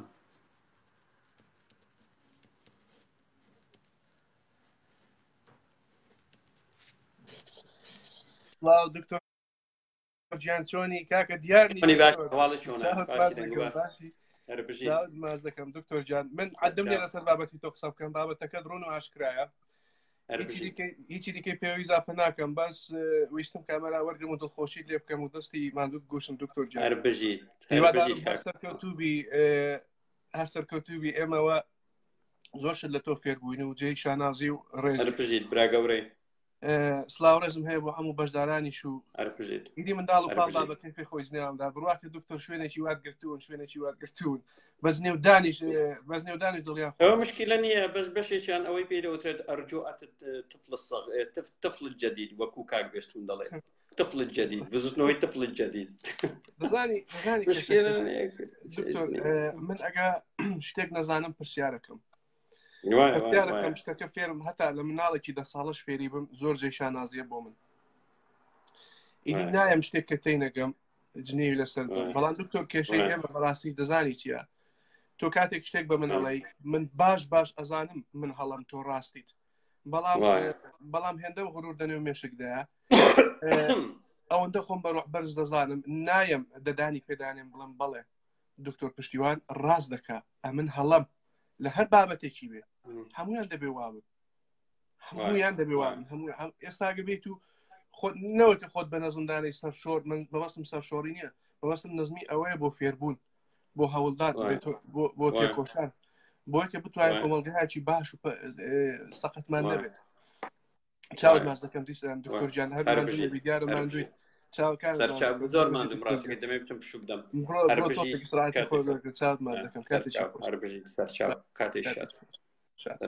هەر بژیت باشە بەڕێزان هیوادارم ئەو بەرنامە سوودی هەبێت تاوەکو بەرنامەیەکی تر دەستان خۆش بی من سوپاسی ئەوان دەکەم کەوا شێریان کردی وادارم شێری بکەن چکە بەرنمەیەکی گرنگە بۆی خەڵک بزانێت کە محەممەد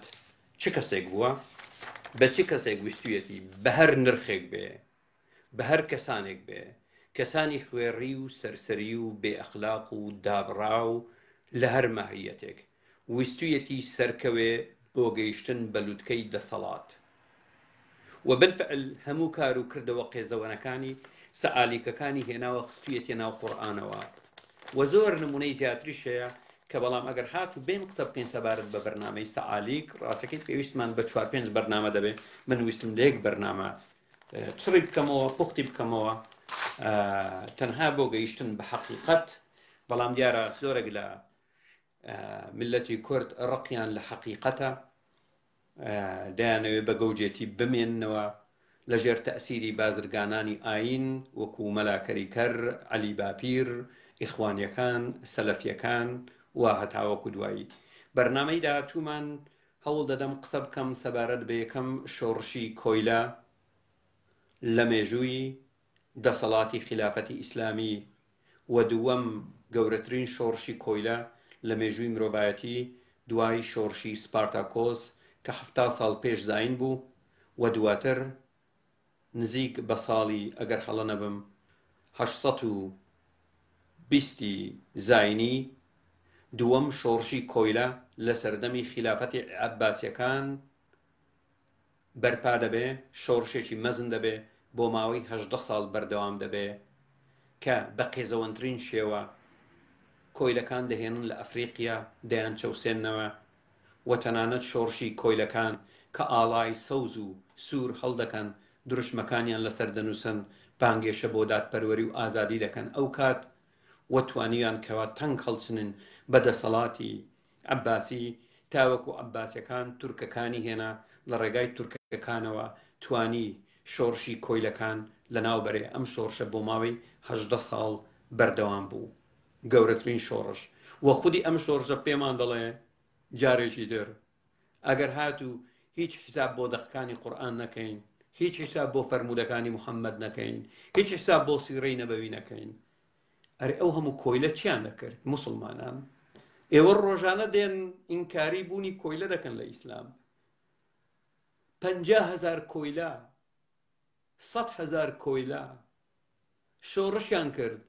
دژ بە دەسەڵاتی خلافەتی عەباسی ئەو کۆیلانە لە هیچ خۆڕاییەوە هاتبوون لە خۆیانەوە هاتبوون لە منتیقەی ئەهواز و بەسرا